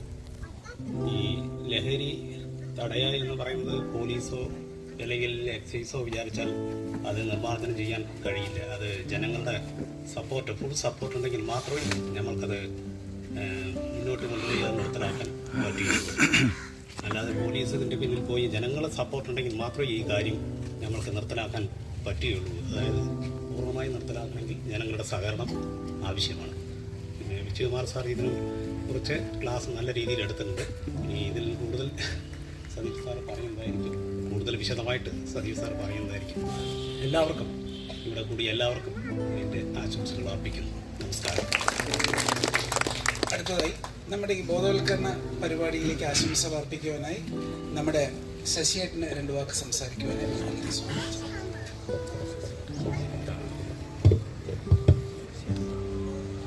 പുലരി ഗാർഡൻ പ്രസിഡന്റ്, അസോസിയേഷൻ്റെ പ്രസിഡൻ്റായിട്ടുള്ള റിട്ടയർഡ് SP വിജയകുമാർ സാർ, അതുപോലെ തന്നെ ആദരണീയായ പാലക്കാട് നഗരസഭാ ചെയർപേഴ്സൺ പ്രമീള ചേച്ചി, ഈ സ്വാഗതം പറഞ്ഞ ബൈജു, അതുപോലെ തന്നെ നമ്മുടെ 2 കൗൺസിലർമാരായിട്ടുള്ള ജയലക്ഷ്മി, അനിത, പോലീസ് ഡിപ്പാർട്ട്മെൻറ്റിൽ വന്നുള്ള ഉണ്ണികൃഷ്ണേട്ടൻ, അശ്വൻ സാർ, അതുപോലെ തന്നെ അസിസ്റ്റന്റ് എക്സൈസ് കമ്മീഷണറായിട്ടുള്ള സതീഷ് സാർ, ഈ പരിപാടിയിൽ പങ്കെടുക്കാനെത്തിയിട്ടുള്ള പുലരി ഗാർഡൻസിൻ്റെ നല്ലവരായ എല്ലാ സഹോദരന്മാരെ, ഈ അടുത്ത് തന്നെയുള്ള ഹോസ്റ്റലിലത്തെ കുട്ടികളോട് വന്നിട്ടുണ്ട്, അവർക്ക് പ്രത്യേകിച്ചും എൻ്റെ ആശംസകൾ അർപ്പിക്കുകയാണ്. കാരണം അധികം തന്നെ ഈ കുട്ടികളിലാണ്, വളരെ ചെറിയ കുട്ടികളിലാണ് ഇത്തരം മദ്യത്തിൻ്റെ അതുപോലെ തന്നെ ലഹരി വസ്തുക്കളുടെ ഉപയോഗം കണ്ടുവരുന്നത്. ഈ പ്രദേശത്തിൽ തന്നെ വളരെ കൂടുതലായിട്ടുള്ള ലഹരി ഉപയോഗം നടന്നുകൊണ്ടിരുന്ന ഒരു സ്ഥലമായിരുന്നു. ഇപ്പം അത് വളരെ വളരെ കമ്മിയായിട്ടുണ്ടെന്നുള്ള കാര്യത്തിൽ സംശയമൊന്നുമില്ല. ഇപ്പോൾ ഉണ്ണികൃഷ്ണൻ സാർ ഇവിടെ പറയുണ്ടായി, പോലീസ് ഡിപ്പാർട്ട്മെൻ്റ് ആയാലും ശരി, അതുപോലെ തന്നെ എക്സൈസ് ഡിപ്പാർട്ട്മെൻ്റ് ആയാലും ശരി, അവർ മാത്രം വിചാരിച്ചുകൊണ്ട് ഈ ലഹരിയെ വിമുക്തമാക്കാനൊന്നും നമുക്ക് കഴിയില്ല. നമ്മളിവിടെ സഹകരിച്ചുകൊണ്ട് നമ്മുടെ കുട്ടികൾ, നമ്മുടെ കുടുംബം, നമ്മുടെ അയൽവാസികൾ, നമ്മുടെ സമീപ പ്രദേശങ്ങളിൽ ഇവിടെ പറഞ്ഞപ്പോൾ കൗൺസിലർ പറയുന്നുണ്ട്, ഞാൻ പേടിച്ചും കൊണ്ടാണ് വരുന്നത്. എന്തിനാ പേടിക്കണമെന്ന് ചോദിച്ചാൽ ഇത്തരം ആളുകളുടെ ഭീതി, അല്ലെങ്കിൽ ആരെയും പോലീസ് പിടിപ്പിച്ച് കഴിഞ്ഞാൽ അവരുടെ പിന്നിൽ ഒരുപടി ആളുകളുണ്ട്. ഞാൻ കഴിഞ്ഞ 2-3 ദിവസം മുമ്പ് 2 കഞ്ചാവ് വലിക്കുന്ന കുട്ടികളെ നമ്മൾ പിടിച്ചോണ്ട് വന്നു. 5 മിനിറ്റിൻ്റെ ഉള്ളിൽ നമുക്ക് ഷെൽവി നഗറിൽ നിന്ന് ഒരു 25 ആൾക്കാർ, കറുകോടി ഒരു 30 ആള്, അതുപോലെ തന്നെ സമയം പേഴുങ്കരയിൽ നിന്ന് ഒക്കെ കൂടി അവരെ 2 ആളെ വിളിച്ച് ചോദ്യം ചെയ്യുമ്പോഴേക്കും ഒരു 60 ആൾക്കാർ കുട്ടികൾ അവിടെ എത്തിക്കഴിഞ്ഞു. എന്തിനാ പിടിച്ചതെന്ന് അന്വേഷിക്കാൻ. ഇപ്പോൾ 2 ദിവസം മുമ്പ് ഉണ്ടായതാണ്. അപ്പോൾ ഇവർ ഒറ്റയ്ക്കല്ല, ഇവരൊരു സംഘടിതമായിട്ടുള്ള ശക്തിയാണ്. 2 ആളെ പിടിച്ചപ്പോൾ 50-60 ആളുകൾ ഒരു 5 മിനിറ്റിനുള്ളിൽ ഈ വിവരം അവർക്ക് എത്തി. അവരിവിടെ എത്തണമെങ്കിൽ അവരാരും ഫോൺ വിളിച്ച് പറയുക ഒന്നും ചെയ്തിട്ടില്ല. അപ്പോൾ സമീപ പ്രദേശത്തിന് അവരുടെ ആളുകളുണ്ട്. ഇവരെ പിടിച്ച വിവരം അറിഞ്ഞു, അപ്പം തന്നെ അവർ ഇൻഫർമേഷൻ കൊടുത്തു. പേഴുങ്കരയെന്നും അതുപോലെ തന്നെ ഇവിടുന്നും ഷെൽവി നഗർന്നും കറുകോടിയെന്നും കാവിൽപ്പാടുന്നു ഇത്തരം പ്രദേശങ്ങളിൽ നിന്ന് ഒരു 60 കുട്ടികൾ അവിടെ വന്ന് ചേരണമെങ്കിൽ അവരുടെ ശൃംഖല എത്ര വലുതാണ് എന്ന് നമ്മൾ മനസ്സിലാക്കണം. അതാണ് ഇപ്പോൾ നമ്മുടെ അനിത പറഞ്ഞത്, 1-2 ആളെ പിടിച്ചു കഴിഞ്ഞാൽ അല്ലെങ്കിൽ അവർക്ക് ഇൻഫർമേഷൻ കൊടുത്തു കഴിഞ്ഞാൽ മറ്റുള്ളവർ ഇതിനെ എങ്ങനെ പ്രതികരിക്കും എന്നുള്ള രീതിയിലുള്ള പേടിയാണ് കൗൺസിൽ ഇവിടെ പറയുകയുണ്ടായത്. അത് എനിക്ക് നേരിട്ട് അനുഭവമാണ്. കുറച്ച് ദിവസം 2 ദിവസങ്ങൾക്ക് മുമ്പ്. അപ്പോൾ ഡിപ്പാർട്ട്മെൻറ്റ് മാത്രം പ്രവർത്തിച്ചുകൊണ്ടായില്ല, നമ്മുടെ പ്രദേശത്തുള്ളവർ ആത്മാർത്ഥമായി ഇപ്പോൾ അവിടെ പ്രതിജ്ഞ ചൊല്ലിത്തന്നു. ആ പ്രതിജ്ഞ അക്ഷരം പ്രതി പാലിച്ചാൽ മതി. ഞാൻ കഴിക്കില്ല എന്ന് മാത്രമല്ല, സമൂഹത്തിൽ ഇത് നടപ്പിലാക്കാതിരിക്കാനും മറ്റുള്ളവരെ കഴിക്കാതിരിക്കാനും സമൂഹത്തിൽ നടപ്പിലാക്കാനും എന്നെക്കൊണ്ട് എന്ത് ചെയ്യാൻ കഴിയും എന്ന് ഇവിടെ വായിച്ച പ്രതിജ്ഞ നടപ്പിലാക്കിയാൽ മാത്രം തന്നെ അത് വിജയിക്കുള്ളൂ. അത് നടപ്പിലാക്കാൻ നിങ്ങൾക്ക് എല്ലാവർക്കും കഴിയട്ടെ എന്ന് മാത്രം പറഞ്ഞുകൊണ്ട് ഈ പരിപാടിയോട് സംഘടിപ്പിച്ച പുലരി ഗാർഡന് പ്രത്യേകം ആശംസ അർപ്പിച്ചുകൊണ്ട് എൻ്റെ വാക്കുകൾ നിർത്തുന്നു. നന്ദി, നമസ്കാരം. Thank you Sasi. അടുത്തത് നിറവേറ്റേണ്ടത് എന്നുള്ളത് ആധാരികമായിട്ട് പറഞ്ഞു തരുവാൻ നമ്മളുടെ ഇന്നത്തെ PK Satheesh sir, assistant excise commissioner Thrissur, അദ്ദേഹം വേദിയിലെത്തിയിട്ടുണ്ട്. അദ്ദേഹത്തിന് ഈ വേദിയിലേക്ക് ഇതിനെക്കുറിച്ച് വേരൂന്നിയ കാര്യങ്ങൾ എന്താണ്, അടിസ്ഥാനപരമായിട്ടുള്ള കാര്യങ്ങൾ, നമ്മൾ ചെയ്യേണ്ടുന്ന കാര്യങ്ങൾ എന്ന് വ്യക്തമായി പറഞ്ഞു തരുവാനായി അദ്ദേഹത്തെ വേദിയിലേക്ക് സ്വാഗതം ചെയ്യുന്നു.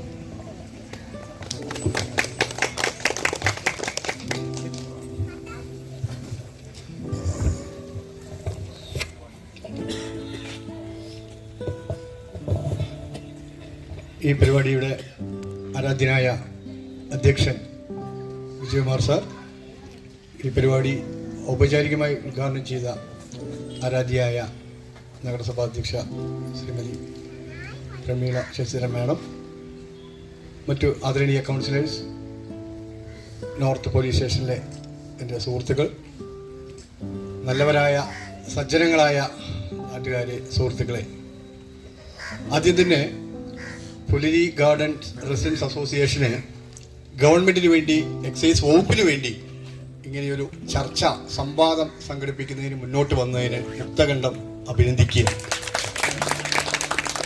ഇവിടെ എല്ലാവരും പറഞ്ഞു, ഒരു എക്സൈസോ പോലീസോ വിചാരിച്ചതുകൊണ്ട് നിയന്ത്രിക്കാൻ പറ്റാത്ത രീതിയിൽ കേരളത്തിൽ ലഹരി മാഫിയയുടെ പ്രവർത്തനം വ്യാപിച്ചു കഴിഞ്ഞു എന്നുള്ളത് അത് സത്യം തന്നെയാണ്. 2024 ഈ കൊച്ചു കേരളത്തിൽ 27,142 മയക്കുമരുന്ന് കേസുകളാണ് എക്സൈസും പോലീസും കൂടെ രജിസ്റ്റർ ചെയ്തത്. 2024 കണക്ക് മാത്രമാണ് ഞാൻ പറഞ്ഞത്. ഏകദേശം 24,632 പ്രതികളെ ഇതുമായി ബന്ധപ്പെട്ട് എക്സൈസും പോലീസും അറസ്റ്റ് ചെയ്ത് ജയിലിലിട്ടുണ്ട്. നിർഭാഗ്യമെന്ന് പറയട്ടെ, ആ കൂട്ടത്തിൽ പെൺകുട്ടികൾ വരെയുണ്ട്. 100 കണക്കിന് വിദ്യാർത്ഥികൾ ഇന്ന് കേരളത്തിലെ വിവിധ ജയിലുകളിൽ ജയിൽ ശിക്ഷ കാത്തു കിടക്കുകയാണ്.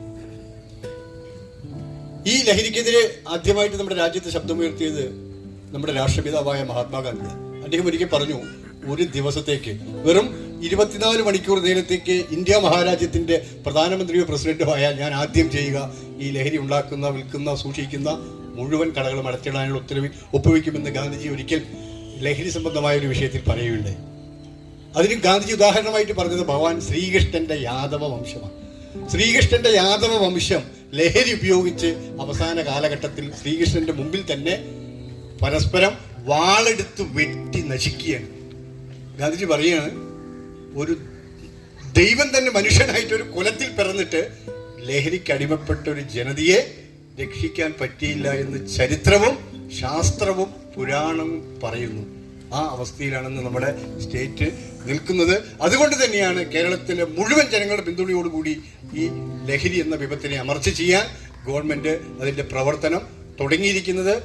നാളെ ആരാധനായ കേരള മുഖ്യമന്ത്രിയുടെ നേതൃത്വത്തിൽ കേരളത്തിലെ മുഴുവൻ ഡിപ്പാർട്ട്മെന്റിന്റെയും ജനപ്രതിനിധികളുടെയും വ്യാപാരി സമൂഹത്തിന്റെയും റെസിഡൻസ് അസോസിയേഷന്റെയും എല്ലാ പ്രതിനിധികളും തിരുവനന്തപുരത്ത് കൂടി ഇതിനെതിരെ ഉള്ളൊരു മാസ്റ്റർ പ്ലാൻ തയ്യാറാക്കാൻ പോവുകയാണ്. മുഴുവൻ ജനങ്ങളുടെ പിന്തുണയോടുകൂടി തന്നെയാണ് ഇതിനെ നേരിടാൻ ഗവൺമെന്റ് തീരുമാനിച്ചിരിക്കുന്നത്. നമുക്ക് എല്ലാവർക്കും അറിയാം, ഇന്ന് വളരെ ജനപിന്തുണയോടുകൂടി വിജയിച്ച ഒരുപാട് മാതൃകകൾ നമ്മുടെ മുമ്പിലുണ്ട്.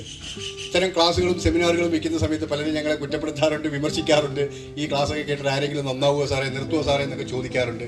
ഒരു കാര്യം ആരും മറക്കരുത്, ഇതും കൂടി ഇല്ലെങ്കിൽ ഇപ്പൊ വിജയകുമാർ സാറിനെ പോലെ ഉള്ള ആളുകൾ ഇങ്ങനെയുള്ളൊരു സെമിനാർ, ചർച്ച, സംവാദം നടത്തിയില്ലെങ്കിൽ ഇവിടെ സംഭവിക്കാൻ പോകുന്നത് നമ്മുടെ മക്കൾ ഈ പറഞ്ഞ MDMA യും കഞ്ചാവും ബ്രൗൺ ഷുഗറും ഹെറോയിനും LSD സ്റ്റാമ്പും മെത്താഫിറ്റാമിനും എല്ലാം പരസ്യമായിട്ട് നമ്മുടെ മുമ്പിൽ മക്കൾ പരസ്യമായി ഉപയോഗിക്കുന്ന കാലം വിദൂരമല്ല. ഒരുപാട് ഉദാഹരണങ്ങൾ ഞാൻ പറയാൻ എനിക്കുണ്ട്.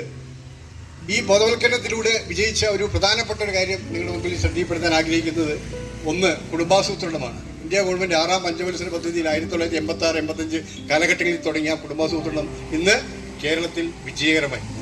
ചെറിയ കുടുംബം, കുട്ടികൾ 1 മതി 2 മതി എന്ന ആശയം വ്യാപകമായിട്ട് ടെലിവിഷനിലൂടെയും സിനിമയിലൂടെയും പത്രമാധ്യമങ്ങളിലൂടെയും പ്രചരിപ്പിച്ചതിന്റെ ഫലമായിട്ടാണ് ഇന്ന് കേരളത്തിൽ ഏത് വീട്ടിൽ നോക്കിയാലും പഴയ പോലെ 5 or 10 കുട്ടികളെ കാണില്ല, 1 അല്ലെങ്കിൽ 2. അത് 46 വർഷം വേണ്ടി വന്നു ആ പ്രചരണം തുടങ്ങിയിട്ട് അതിന്റെ റിസൾട്ട് കിട്ടാൻ. അപ്പോൾ വിമുക്തി, ലഹരിക്കെതിരെയുള്ള ഒരു പദ്ധതി ഗവൺമെന്റ് തുടങ്ങിയിട്ട് ഏതാനും വർഷങ്ങളെ ആയുള്ളൂ. തീർച്ചയായിട്ടും അതുകൊണ്ട് മാറ്റം വരും. അങ്ങനെ മാറ്റം വന്ന ഒരുപാട് ഉദാഹരണങ്ങൾ നമ്മുടെ മുമ്പിലുള്ളതുകൊണ്ട് അതിനെ ചുവട് പിടിച്ചുകൊണ്ടാണ് ഗവൺമെന്റ് മുന്നോട്ട് പോകുന്നത്. ഈ ലഹരിയുടെ ഉപയോഗം ഇന്ന് കേരളത്തിൽ കൂടാനുള്ള ഒരു സിംഗിൾ കാരണം അല്ലെങ്കിൽ ഒരു ഒരൊറ്റ കാരണത്തിൽ ഒതുങ്ങുന്നില്ല. പല കാരണങ്ങളാണ് ഞങ്ങൾ ഈ അടുത്ത കാലത്ത് ഇതിനെക്കുറിച്ച് സ്റ്റഡി നടത്തിയപ്പോൾ മനസ്സിലാക്കാൻ പറ്റിയത്. ഒന്ന്, ഈ കോവിഡ് കാലഘട്ടത്തിന് ശേഷം നമ്മുടെ മക്കളുടെ കയ്യിൽ മൊബൈൽ എത്തി എന്നുള്ളതാണ് അതിലെ ഒന്നാമത്തെ കാരണം. 2, ഏകദേശം കേരളത്തിൽ 40 ലക്ഷം അന്യസംസ്ഥാന തൊഴിലാളികളുണ്ട്. ഇവരുടെ ഉപയോഗവും വരവും അതിൻ്റെ നിർമ്മാണവും സൂക്ഷിപ്പും കടത്തെല്ലാം കേരളത്തിൻ്റെ കണക്കിലാണ് വരിക. ഈ 40 ലക്ഷം അന്യസംസ്ഥാന തൊഴിലാളികളുമാണ് സത്യത്തിൽ ഈ സാധനങ്ങൾ നമ്മുടെ സംസ്ഥാനത്തേക്ക് കൊണ്ടുവന്നത്. ഈ പറഞ്ഞ ഒരു മയക്കുമരുന്നും, MDMA ആയിക്കോട്ടെ, മെത്താഫിറ്റാമിൻ ആയിക്കോട്ടെ, കഞ്ചാവ് ആയിക്കോട്ടെ, ഹാൻസ് ആയിക്കോട്ടെ, പാൻ മസാല ആയിക്കോട്ടെ, പാൻ പരാഗ് ആയിക്കോട്ടെ, കേരളത്തിൽ ഉണ്ടാക്കുന്നില്ല, നിർമ്മിക്കുന്നില്ല, കൃഷി ചെയ്യുന്നില്ല. ഇത് മുഴുവൻ വരുന്നതും ഒറീസയിൽ നിന്നും, ആന്ധ്രയിൽ നിന്നും, ബീഹാറിൽ നിന്നും, ബംഗാളിൽ നിന്നും, ആസാമിൽ നിന്നുമാണെന്ന് മനസ്സിലാക്കുക. MDMA പോലുള്ള സിന്തറ്റിക് ലഹരി വസ്തുക്കൾ വരുന്നത് ഇന്ത്യയിലെ മെട്രോപൊളിറ്റൻ സിറ്റികളായ ബാംഗ്ലൂർ, ചെന്നൈ, ഹൈദരാബാദ്, ഗോവ, കൽക്കട്ട, ബോംബെ പോലുള്ള സ്ഥലങ്ങളിൽ നിന്നാണ് വരുന്നത്. കേരളത്തിൽ ഉണ്ടാക്കുന്നില്ല, നിർമ്മിക്കുന്നില്ല. ഇത് മുഴുവൻ അന്യസംസ്ഥാന തൊഴിലാളികളാണ് നമുക്ക് ഇവിടെ കൊണ്ടുവന്ന് ഉപയോഗിച്ച് അത് കണ്ട് നമ്മുടെ മക്കൾ ഉപയോഗിക്കാൻ തുടങ്ങിയതാണ്. പിന്നെ പെട്ടെന്ന് പണമുണ്ടാക്കാനുള്ള ഒരു ത്വര, പിന്നെ ഈ വയലന്റ് ആയിട്ടുള്ള സിനിമകളുടെ അതിപ്രസരം, പിന്നെ ശിഥിലമായ കുടുംബ ബന്ധങ്ങൾ അതൊരു പ്രധാന റോളാണ്. കാരണം ഞങ്ങൾ അറസ്റ്റ് ചെയ്യുന്ന ഏകദേശം 75% പ്രതികളുടെയും ഫാമിലി ബാക്ക്ഗ്രൗണ്ട് നോക്കുന്ന സമയത്ത് തകർന്നു തരിപ്പണമായ കുടുംബങ്ങളാണ് അതിൻ്റെ പുറകിൽ. അതിനൊരു കാരണമെന്ന് പല കുട്ടികളെയും ഞങ്ങൾ ചോദ്യം ചെയ്യുന്ന സമയത്ത്, മൊഴിയെടുക്കുന്ന സമയത്ത് ഞങ്ങൾക്ക് മനസ്സിലായിട്ടുണ്ട്. പിന്നെ അമിതമായിട്ടുള്ള പണം മക്കൾ ചോദിക്കുന്ന സമയത്ത് കൊടുക്കുക, അത് പല രക്ഷിതാക്കളും വളരെ കഷ്ടപ്പെട്ടാണ് ഞങ്ങൾ പഠിച്ചത്. അങ്ങനെ ഒരു അവസ്ഥ മക്കൾക്ക് വരാതിരിക്കാൻ ചോദിക്കുന്നതിലധികം പൈസ കൊടുക്കുന്ന ഒരു അവസ്ഥ ഇന്ന് എല്ലാ വീടുകളിലും സ്ഥിരമാണ്.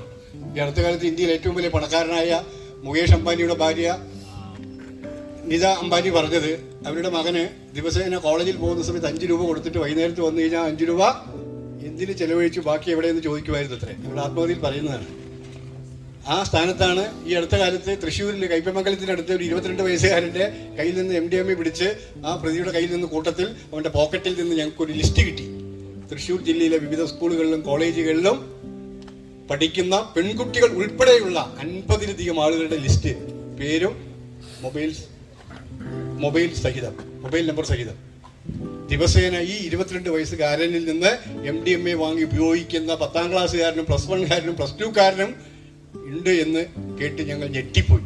ആ 50-ലധികം വിദ്യാർത്ഥികളുടെ മുഴുവൻ രക്ഷിതാക്കളെയും അധ്യാപകരെയും ഓഫീസിൽ വിളിച്ചു വരുത്തി കൗൺസിലിംഗ് കൊടുത്തതിന് ശേഷമാണ് ആ കേസിന്റെ അന്വേഷണം ഞങ്ങൾ അവസാനിപ്പിച്ചത്. പെൺകുട്ടികൾ വരെ ഇതിൽ ഉപയോഗിക്കുന്ന കാരിയേഴ്സ് ആവുന്ന ഭീകരമായ ഒരു അവസ്ഥ ഇന്ന് നമ്മുടെ സംസ്ഥാനത്ത് അങ്ങോളം ഇങ്ങോളം നടന്നുകൊണ്ടിരിക്കുകയാണ്. ഇതിനെതിരെ ശക്തമായ പ്രചരണ പരിപാടി ഗവൺമെന്റ് ആരംഭിച്ചിട്ടുണ്ട്. വിമുക്തി മിഷൻ എന്നാണ് അതിന്റെ പേര്. 14 ജില്ലകളിലും ഗവൺമെന്റിന്റെ ലഹരി മുക്ത കേന്ദ്രങ്ങൾ പ്രവർത്തിക്കുന്നുണ്ട്. സൗജന്യ കൗൺസിലിംഗും ചികിത്സയും നൽകുന്നുണ്ട്.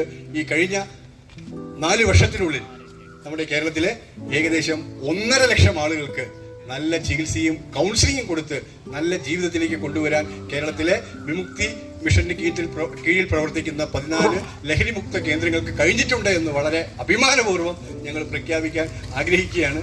കാരണം പലരും ഇങ്ങനെ ഒരു പദ്ധതി കൊണ്ട് എന്തെങ്കിലും ഗുണമുണ്ടായിട്ടുണ്ടോ എന്ന് ചോദിക്കുന്ന സമയത്ത് വളരെ ഡാറ്റ സഹിതം ഞങ്ങൾക്ക് പറയാനുള്ള ഒരു കണക്കാണ് ഞാൻ നിങ്ങളുടെ മുമ്പിൽ വെച്ചത്. അപ്പം ഞാൻ ഈ പറയുന്നത് ദിവസേന ഈ 22 വയസ്സുകാരിൽ നിന്ന് 500,000 രൂപ കൊടുത്ത് MDMA വാങ്ങിക്കുന്ന 8ാം ക്ലാസ്സുകാരനും 9ാം ക്ലാസ്സുകാരനും 10ാം ക്ലാസ്സുകാരനും +1കാരനും +2കാരനും ഉണ്ട്. ഇവരുടെ രക്ഷിതാക്കളെ വിളിച്ച് ചോദിക്കുന്ന സമയത്ത് പല കാരണങ്ങൾ പറഞ്ഞ് കുട്ടികൾ 500,000 രൂപ ചോദിക്കുന്നു. അത് എന്തിനു വാങ്ങിക്കുന്നു, അത് ആരാണ് അത് ഉപയോഗിക്കുന്നത്, ഇവർ പറഞ്ഞ സാധനം വാങ്ങുന്നുണ്ടോ, കോളേജിലെ സ്കൂളുകളിൽ അവരുടെ കൂട്ടുകാരന്മാരാരാണ്, ഇതൊന്നും നമ്മുടെ രക്ഷിതാക്കൾക്ക് ശ്രദ്ധിക്കാൻ സമയമില്ല. ഈ അടുത്ത കാലത്ത് തൃശ്ശൂരിലൊരു ആത്മഹത്യ നടന്നു. +1 പഠിക്കുന്ന ഒരു പയ്യൻ അമ്മ ആൻഡ്രോയിഡ് മൊബൈൽ ഫോൺ 25,000 രൂപയ്ക്ക് വാങ്ങിക്കൊടുത്തില്ല എന്നുള്ള കാരണത്തിന് തൂങ്ങി മരിച്ചു. ഞങ്ങൾ അവിടെ പോയപ്പോൾ ആ അമ്മ നെഞ്ചത്ത് നിലവിളിച്ച് കൊച്ചുകുട്ടിയെ പോലെ വാവിട്ട് നിലവിളിച്ച് നെഞ്ചത്തടിച്ച് കരയുന്നുണ്ടായിരുന്നു. പക്ഷെ ഞങ്ങൾക്ക് അവിടെ പോയപ്പോൾ മനസ്സിലായ ഒരു കാര്യം, ഈ അമ്മയ്ക്കൊരു തെറ്റുപറ്റി. കാരണം വിധവയാണ്. ഈ പയ്യൻ്റെ അച്ഛൻ മരിച്ച് വളരെ കഷ്ടപ്പെട്ടാണ് ഈ മകനെ വളർത്തുന്നത്. ഒരു വീട്ടുജോലിക്ക് പോയിട്ടാണ് ഈ അമ്മ ഈ മകനെ വളർത്തുന്നത്. മാസം 10,000 രൂപ ശമ്പളമാണ് ഈ അമ്മയ്ക്കുള്ളത്. പക്ഷെ മകൻ എന്ത് ചോദിച്ചാലും അച്ഛനില്ലാത്ത കുട്ടിയല്ലേ എന്ന് പറഞ്ഞ് വാങ്ങിക്കൊടുത്തു. ഇപ്പോൾ ഒരു ദിവസം 25,000 രൂപയുടെ ആൻഡ്രോയിഡ് മൊബൈൽ ഫോൺ വാങ്ങിക്കൊടുത്തപ്പോൾ മാസം 10,000 രൂപ ശമ്പളമുള്ള അമ്മയ്ക്കത് നിർവഹിച്ചു കൊടുക്കാൻ പറ്റാത്ത ചെറിയൊരു കാര്യത്തിലാണ് ആ കുട്ടി ഇങ്ങനെയൊരു കടുങ്കൈ ചെയ്തത്. ഇത് ഈ 10,000 രൂപയിലാണ് നമ്മൾ ജീവിക്കുന്നത്. കുറച്ചുകൂടെ കഴിഞ്ഞ് നമുക്ക് വാങ്ങിക്കാം, എനിക്കൊരു ജോലിയൊക്കെ ആകുമ്പോൾ എനിക്ക് തോന്നിയ ഇഷ്ടമുള്ള മൊബൈൽ എനിക്ക് വാങ്ങിക്കാം എന്നൊക്കെ പറഞ്ഞ് കുട്ടിയെ പറഞ്ഞ് പഠിപ്പിച്ച് ചെറുപ്പത്തിൽ തന്നെ ആ രീതിയിലേക്ക് കൊണ്ടുവന്നിരുന്നു എങ്കിൽ, വീട്ടിലെ കഷ്ടപ്പാടുകളും ബുദ്ധിമുട്ടുകളും പ്രയാസങ്ങളും അറിഞ്ഞ് ആ കുട്ടിയെ വളർത്തിയിരുന്നുവെങ്കിൽ അങ്ങനെ സംഭവിക്കില്ലായിരുന്നു എന്ന് ഞങ്ങൾ നിഗമനത്തിലെത്താൻ കാരണം, ആ സംഭവത്തിന് ശേഷം പത്രങ്ങളിൽ ഒരു വാർത്ത വന്നിരുന്നു. ഒരുപക്ഷെ നിങ്ങളെല്ലാം വായിച്ചു കാണും. കുംഭകോണത്തിലോ തഞ്ചാവൂരിലോ ഒരു 9ാം ക്ലാസ്സിൽ പഠിക്കുന്ന പൂങ്കുഴലി എന്ന് പറയുന്ന ഒരു പെൺകുട്ടിയുടെ അനുഭവ കഥയാണ് ആ പത്രത്തിലൊന്നും ഉണ്ടായിരുന്നത്. അത് ഇതായിരുന്നു. 9ാം ക്ലാസ്സിൽ പഠിക്കുന്ന ഇംഗ്ലീഷ് മീഡിയം സ്കൂളിൽ പഠിക്കുന്ന പൂങ്കുഴലി ഉച്ചയ്ക്ക് ആഹാരം കഴിക്കാൻ ബാഗ് തുറന്ന സമയത്ത് തൊട്ടടുത്തുള്ള കുട്ടിയുടെ കൈ തട്ടി ചോറ് താഴെ വീണു. പൂങ്കുഴലി എന്താ ചെയ്തറിയോ? ആ ചോറ്റുപറ്റ് മുഴുവൻ ചോറ്റുപാത്രത്തിലിട്ട് പൈപ്പിൻ്റെ അടുത്ത് കൊണ്ടുപോയി കഴുകി അത് കഴിച്ചു. ഇത് കണ്ട സമ്പന്നന്മാരുടെ മക്കളായ കുട്ടികൾ കളിയാക്കാനും വിമർശിക്കാനും കുറ്റപ്പെടുത്താനും തുടങ്ങി. എന്താണ്? വേസ്റ്റ് എടുത്ത് കഴിച്ചു, എച്ചിലെടുത്ത് കഴിച്ചു പൂങ്കുഴലി എന്ന് പറഞ്ഞ് കളിയാക്കാൻ തുടങ്ങി. വാർത്ത ക്ലാസ് ടീച്ചറുടെ അടുത്തെത്തി. ക്ലാസ് ടീച്ചർ ചോദിച്ചു പൂങ്കുഴലിയെ വിളിച്ചിട്ട്, പൂങ്കുഴലി, കുട്ടികൾ പറയുന്നത് ശരിയാണോ, നീ വേസ്റ്റ് എടുത്ത് കഴിച്ചോ എന്നുള്ള തന്റെ ക്ലാസ് ടീച്ചറുടെ ചോദ്യത്തിന് പൂങ്കുഴലി പറഞ്ഞ മറുപടി എന്താണെന്നറിയോ? അതെ ടീച്ചർ, ഞാൻ കഴിച്ചു. പക്ഷെ ആ വീണത് വെറും ചോറ്റുപറ്റല്ല, എൻ്റെ അച്ഛൻ്റെ അധ്വാനത്തിന്റെ രക്തവും വിയർപ്പും ആയണത്. ഞാനത് കളയില്ല. അതെന്നെ ടീച്ചറല്ല, വേറെ ആര് പറഞ്ഞാലും ഞാനതെടുത്ത് കഴിക്കും. ദിവസേന ഭക്ഷണം കഴിക്കുമ്പോൾ എൻ്റെ അമ്മ ഞങ്ങളോട് പറഞ്ഞു തരും, വികലാംഗനായ കൈവണ്ടി വലിക്കുന്ന എൻ്റെ അച്ഛൻ പലചരക്കടകളിലേക്കും മറ്റും പച്ചക്കറിയും മറ്റു പലചരക്ക് സാധനങ്ങളും എത്തിച്ച് കിട്ടുന്ന പൈസ കൊണ്ട് വാങ്ങിത്തരുന്ന വീട്ടു സാമാനങ്ങൾ കൊണ്ടാണ് ഞാൻ ഈ ഭക്ഷണം നിങ്ങൾക്ക് ഉണ്ടാക്കി തരുന്നത്. എൻ്റെ അമ്മ 2 ഗ്ലാസ് വെള്ളം ഭക്ഷണം കഴിക്കുമ്പോൾ അടുത്ത് വയ്ക്കുമോ തരേ, ഒരു ഗ്ലാസ് വെള്ളം കുടിക്കാനും മറ്റേ ഗ്ലാസ് താഴെ വീഴുന്ന ചോറ്റുപറ്റുകൾ കഴിക്കാൻ വേണ്ടി ഞങ്ങളെ ശീലിപ്പിച്ചിരുന്നു. ഇപ്പോഴും എൻ്റെ അമ്മ ഞങ്ങളോട് പറയും, വളരെ കഷ്ടപ്പെട്ടാണ് നിങ്ങളെ പഠിപ്പിക്കുന്നത്, ഞങ്ങൾക്ക് ഈ വിദ്യാഭ്യാസമില്ല, ആ അവസ്ഥ നിങ്ങൾക്ക് വരാതിരിക്കാൻ വേണ്ടിയാണ് നിന്റെ അച്ഛൻ ഇത്രയും കഷ്ടപ്പെടുന്നത്. ഈ ചോറും ഒറ്റും ഓരോ തരിയും നിന്റെ അച്ഛൻ്റെ രക്തവും അധ്വാനവും വിയർപ്പുമാണ്, ഇത് കളയാതെ കഴിക്കണമെന്ന് ആ കുട്ടികളെ പറഞ്ഞ് പഠിപ്പിച്ചതിന്റെ ഫലമാണ് ആ ക്ലാസ് ടീച്ചറോട് പൂങ്കുഴലി അങ്ങനെയൊരു മറുപടി പറഞ്ഞത്. ഇത് കേട്ട ക്ലാസ് ടീച്ചർ ഈ വിഷയം പ്രിൻസിപ്പളിന്റെ മുമ്പിൽ എത്തിച്ചു. പ്രിൻസിപ്പളിന്റെ മുമ്പിലും പൂങ്കുഴലി ഇതേ മറുപടി ആവർത്തിച്ചു. പ്രിൻസിപ്പൽ ഞെട്ടിപ്പോയി. തന്റെ അച്ഛന്റെ അധ്വാനത്തിന്റെ മഹാത്മ്യം ഇങ്ങനെ വിളിച്ചോതുന്ന ഈ കുട്ടി നാളത്തെ സ്കൂൾ അസംബ്ലിയിൽ ഈ സ്കൂളിലെ 2500 കുട്ടികളോടും അധ്വാനത്തിന്റെ മാഹാത്മ്യത്തിന്റെ സന്ദേശം മുഴുവൻ പേരോടും പറയണമെന്ന് പറഞ്ഞ് പിറ്റേ ദിവസം 10 മണിക്ക് സ്കൂൾ അസംബ്ലിയിൽ വെച്ച് പൂങ്കുഴി തന്റെ അച്ഛന്റെ അധ്വാനത്തിന്റെ മാഹാത്മ്യം വിളിച്ചു പറയുകയും ആ അസംബ്ലിയിൽ വെച്ച് പൂങ്കുഴി എന്ന 9ാം ക്ലാസ്സുകാരിയെ ആ സ്കൂളിന്റെ ലീഡറാക്കി എന്നുള്ള ഒരു വാർത്തയാണ് പിറ്റേ ദിവസം പത്രങ്ങളിൽ വന്നത്. അപ്പൊ തീർച്ചയായിട്ടും ഇവിടെ എല്ലാവരും സംസാരിച്ചു. ആരാധ്യയായ നഗരസഭാ അധ്യക്ഷ ഒരുപാട് വിമുക്തി പ്രവർത്തനങ്ങൾക്ക് മുന്നിൽ നിന്ന് നയിച്ചിട്ടുള്ള, ഞങ്ങളെ സഹായിച്ചിട്ടുള്ള നഗരസഭാ അധ്യക്ഷ പറഞ്ഞത് വീടുകളിൽ നിന്ന് ഇതിന്റെ സത്യത്തിൽ പ്രവർത്തനം തുടങ്ങണം എന്ന് പറഞ്ഞു. അത് സത്യം തന്നെയാണ്. കാരണം ലോകത്തിലെ ഏറ്റവും വലിയ യൂണിവേഴ്സിറ്റി, സ്കൂൾ, കോളേജ്, ഏറ്റവും നല്ല അധ്യാപകൻ, പ്രൊഫസർ, ലെക്ചർ എന്ന് പറയുന്നത് സ്വന്തം വീടും സ്വന്തം അച്ഛനും അമ്മയാണ്. അത് കഴിഞ്ഞിട്ട് ബാക്കി എല്ലാം ഉള്ളൂ. ഇത് ഞാൻ പറഞ്ഞതല്ല, മഹാത്മാഗാന്ധിയുടെ അഭിപ്രായമാണ്. കാരണം കുട്ടിക്കൊരു മാറ്റം വന്നു കഴിഞ്ഞാൽ അത് ആദ്യം മനസ്സിലാക്കേണ്ടത് സ്വന്തം അച്ഛനും അമ്മയാണ്. മോഡേൺ സൈക്കോളജി പറയുന്നത് മക്കൾ ടാപ്പും അച്ഛനും അമ്മയും ടാങ്കും ആണെന്നാണ് പറഞ്ഞത്. ടാപ്പ് തുറന്നാൽ ടാങ്കിലുള്ളത് പുറത്തു വരൂ. ഒരു കുട്ടി വഴിപിഴിച്ചു പോയാൽ, തെറ്റായി പോയാൽ ആദ്യത്തെ കുറ്റം രക്ഷിതാക്കൾക്കാണ് എന്ന് മോഡേൺ സൈക്കോളജി പറയുന്നു. ഇത് ഞാൻ പറയാൻ കാരണം വീണ്ടും ഒരു 150 വർഷം മുമ്പിൽ നടന്നൊരു കഥ വീണ്ടും എനിക്ക് പറയേണ്ടി വരും. 150 വർഷം മുമ്പ് കൽക്കട്ടയിൽ നടന്നൊരു സംഭവമാണ്. രാവിലെ 9 മണിക്ക് ചിരിച്ച് കളിച്ച് ടാറ്റ പറഞ്ഞു പോയ കുട്ടി വൈകിട്ട് 4 മണിക്ക് സ്കൂൾ വിട്ട് വരുന്ന സമയത്ത് മുഖം വാടി കരഞ്ഞുകൊണ്ട് വരുന്നു, മൂഡൌട്ടായിട്ട്. അപ്പോൾ ആ അമ്മ ചോദിച്ചു, മോനെ എന്ത് പറ്റി എന്ന് ചോദിച്ചപ്പോൾ 5ാം ക്ലാസ്സിൽ പഠിക്കുന്ന 10 വയസ്സുള്ള കുട്ടി അമ്മയോട് പറഞ്ഞു, അമ്മ ഇന്ന് ക്ലാസ്സിലൊരു അധ്യാപകൻ വന്ന് നിങ്ങൾക്കൊക്കെ ഭാവിയിൽ എന്താവണമെന്ന് ചോദിച്ചു. അപ്പൊ ഞാൻ പറഞ്ഞു, എനിക്ക് കുതിരവണ്ടിക്കാരനായാൽ മതിയെന്ന്. മറ്റുള്ള കുട്ടികൾ ഡോക്ടർ ആവണം, പോലീസ് ഓഫീസർ ആവണം, എഞ്ചിനീയർ ആവണം, വക്കീലാവണം, വിജയകുമാർ സാറിനെ പോലെ IPS ഓഫീസർ ആവണം എന്നൊക്കെ പറഞ്ഞപ്പോ ഞാൻ പറഞ്ഞു, എനിക്ക് കുതിരവണ്ടിക്കാരനായാൽ മതിയെന്ന്. ഇത് കേട്ടപ്പോൾ ടീച്ചർ, അധ്യാപകൻ എന്നെ ശകാരിച്ചു, വിമർശിച്ചു, കുറ്റപ്പെടുത്തി. ഇങ്ങനെയൊക്കെയാണ് പറയുന്നത്. അല്ല എന്തെങ്കിലും ആഗ്രഹം പറയാതെ കുതിരവണ്ടിക്കാരൻ, മട്ടുവണ്ടിക്കാരൻ എന്നൊക്കെയാണ് പറയുന്നത് കൊണ്ട് എന്നെ ശകാരിച്ചു. അതിനാണ് ഞാൻ കരഞ്ഞതെന്ന് പറഞ്ഞു. അപ്പോൾ ബുദ്ധിമതിയായ, വിവേകിയായ ആ മാതാവ് ആ കുട്ടിയോട് ചോദിച്ചു, മോൻ എന്തുകൊണ്ടാണ് എനിക്ക് കുതിരവണ്ടിക്കാരനായാൽ മതി എന്ന് ചോദിച്ചപ്പോൾ 150 വർഷം മുമ്പ് നടന്ന കാര്യമാണ്. ഇന്നത്തെ പോലെ ഓട്ടോറിക്ഷയോ ടെമ്പോ ട്രാവലർ ഒന്നും കുട്ടികളെ സ്കൂളിൽ കൊണ്ടുപോകാനില്ലാത്ത ആ കാലഘട്ടത്തിൽ സമ്പന്നന്മാരുടെ മക്കള് കുതിരവണ്ടിയിലാണ് സ്കൂളിൽ പോയിരുന്നത്. അപ്പോൾ ആ പയ്യൻ, 10 വയസ്സുള്ള 5ാം ക്ലാസ്സിൽ പഠിക്കുന്ന ആ പയ്യൻ പറയുകയാണ്, രാവിലെ കുതിരവണ്ടിയിൽ സ്കൂളിൽ പോകുന്ന സമയത്ത് ആ കുതിരവണ്ടിക്കാരൻ വണ്ടി ഓട്ടിക്കുന്നത് കാണണം. സ്പീഡിൽ ഓട്ടിക്കും, മെല്ലെ ഓട്ടിക്കും, ചരിഞ്ഞോട്ടിക്കും. ബഹുരസമാണ് കാണാൻ. എനിക്ക് കുതിരവണ്ടിക്കാരനായാൽ മതി എന്ന് പറഞ്ഞു. ആ അമ്മ ആ 10 വയസ്സുകാരനെയും കൊണ്ടുപോയി വീട്ടിനകത്ത് ചുവരിൽ തൂക്കിയിട്ടിരിക്കുന്ന അർജുനന് ഗീത ഉപദേശിക്കുന്ന കുതിരവണ്ടിക്കാരനായ ശ്രീകൃഷ്ണന്റെ ചിത്രം കാണിച്ചു കൊടുത്തിട്ട് പറഞ്ഞു, മകനെ നീ കുതിരവണ്ടിക്കാരനായിക്കോ, ഇതേപോലൊരു കുതിരവണ്ടിക്കാരൻ നീ ആവണമെന്നാണ് ആ അമ്മ പറഞ്ഞു കൊടുത്തത്. ആ കുട്ടി വേറെ ആരുമല്ല, പിന്നീട് പറഞ്ഞത് മുഴുവൻ ഭഗവത്ഗീതയായി മാറിയ സ്വാമി വിവേകാനന്ദനായിരുന്നു. ആ 10 വയസ്സുകാരൻ മാതാവ് ഭുവനേശ്വരി അമ്മ. അപ്പൊ ഞാനിതിവിടെ പറയാൻ കാരണം, ആ കുട്ടിയിൽ വന്ന മാറ്റം ആദ്യം നമ്മൾ മനസ്സിലാക്കേണ്ടത് സ്വന്തം രക്ഷിതാക്കളാണ്. അതുകൊണ്ട് ഇവിടെ കൂടിയിരിക്കുന്ന ഓരോരുത്തരും ലഹരിക്കെതിരെയുള്ള ഒരു സേനാംഗമായി പ്രവർത്തിക്കണം എന്നാണ് ഈ അവസരത്തിൽ ഞങ്ങൾക്ക് നിങ്ങളോട് പറയാനുള്ളത്. കഴിഞ്ഞ ദിവസം താമരശ്ശേരിയിൽ ഒരു അമ്മ നിവൃത്തികേട് കൊണ്ട് പോലീസിനെ വിളിച്ച് തന്റെ മകനെ പോലീസിനെ ഏൽപ്പിക്കേണ്ടി വന്നു. നമ്മൾ പത്രങ്ങളൊക്കെ വായിച്ചതാണ്. കാരണം വധഭീഷണി, കുടുംബം മുഴുവൻ ഞാൻ 2 ദിവസങ്ങളിൽ ഇല്ലാതാക്കുമെന്നുള്ള വധഭീഷണിയുടെ മുമ്പിൽ ആ അമ്മയ്ക്ക് പിടിച്ചു നിൽക്കാൻ പറ്റിയില്ല. ചുറ്റും നടക്കുന്ന സംഭവ വികാസങ്ങൾ കണ്ടപ്പോൾ ആ അമ്മ പോലീസിന് മകനെ ഏൽപ്പിച്ചു കൊടുക്കുന്ന ഒരു അവസ്ഥ ഈ അടുത്ത കാലത്തുണ്ടായി. സത്യത്തിൽ ഇവിടെ കൂടിയിരിക്കുന്ന ആരെങ്കിലും വിചാരിക്കുകയാണ്, ഇത് ഞങ്ങളെ ബാധിക്കാത്ത കാര്യമോ സാറേ, എൻ്റെ വീട്ടിലായത് ആരും ഉപയോഗിക്കുന്നില്ല, അയൽ വീട്ടിൽ ഉപയോഗിക്കുന്നില്ല, ബന്ധുവീട്ടിൽ ഉപയോഗിക്കുന്നില്ല എന്ന് പറഞ്ഞ് ആരെങ്കിലും ഇവിടെ ഇരിക്കുന്നുണ്ടെങ്കിൽ ഞങ്ങൾ പറയും, നിങ്ങൾ മൂഢ സ്വർഗത്തിലാണ് ജീവിക്കുന്നതെന്ന്. കാരണം ഇന്ന് ഒരു കുറച്ച് ദിവസങ്ങൾക്ക് മുമ്പ് കൊല്ലം ടൗണിൽ വെച്ച് ബാംഗ്ലൂരിൽ നിന്ന് കൊല്ലത്തിലേക്ക് വരുന്ന ഇന്റർസ്റ്റേറ്റ് ബസ് പരിശോധനയ്ക്ക് കൈകാണിച്ചപ്പോൾ MDMA എന്ന മാരകമായ മയക്കുമരുന്ന് ബാംഗ്ലൂരിൽ നിന്ന് കൊല്ലത്തിലേക്ക് വരുന്നു എന്നൊരു ഇൻഫർമേഷൻ കിട്ടി.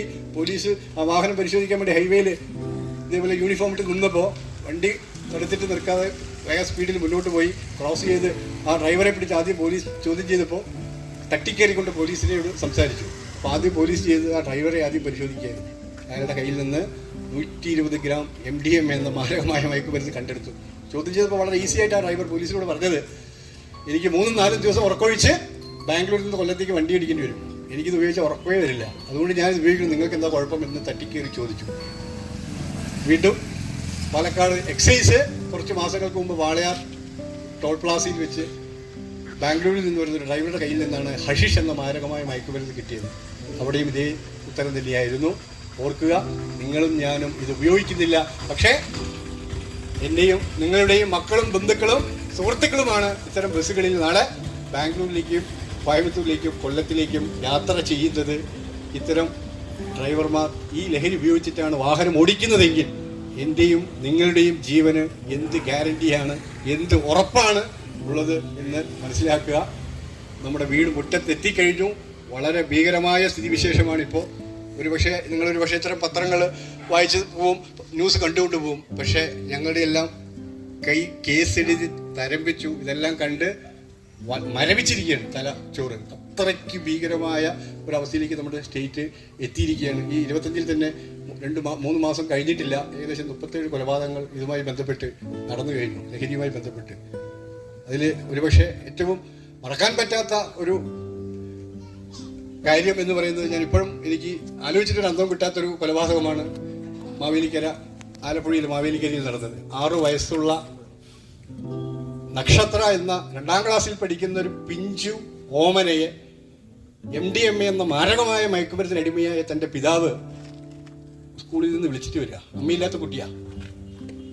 എനിക്ക് ഞാനൊരു സമ്മാനം വാങ്ങിയിട്ട് വന്നിട്ടുണ്ട് എന്ന് പറഞ്ഞുകൊണ്ട് കുട്ടിനെ വീടിൻ്റെ റൂമിലിരുത്തി ആ കുട്ടി പുഞ്ചിരിച്ചുകൊണ്ട് തനിക്ക് അച്ഛൻ കളിപ്പാട്ടമോ ഡ്രസ്സോ വാങ്ങി കൊണ്ടുവരും എന്നുള്ള സന്തോഷത്തിലിരിക്കുന്ന സമയത്ത് നരാധമനായ ആ പിതാവ് വീട്ടിനകത്ത് നിന്ന് ഒരു മഴ കൊണ്ടുവന്ന പിഞ്ചു പൈതലിനെ മഴ കൊണ്ട് വെട്ടിക്കൊന്ന വാർത്തയാണ് പിന്നീട് നമ്മൾ കേട്ടത്.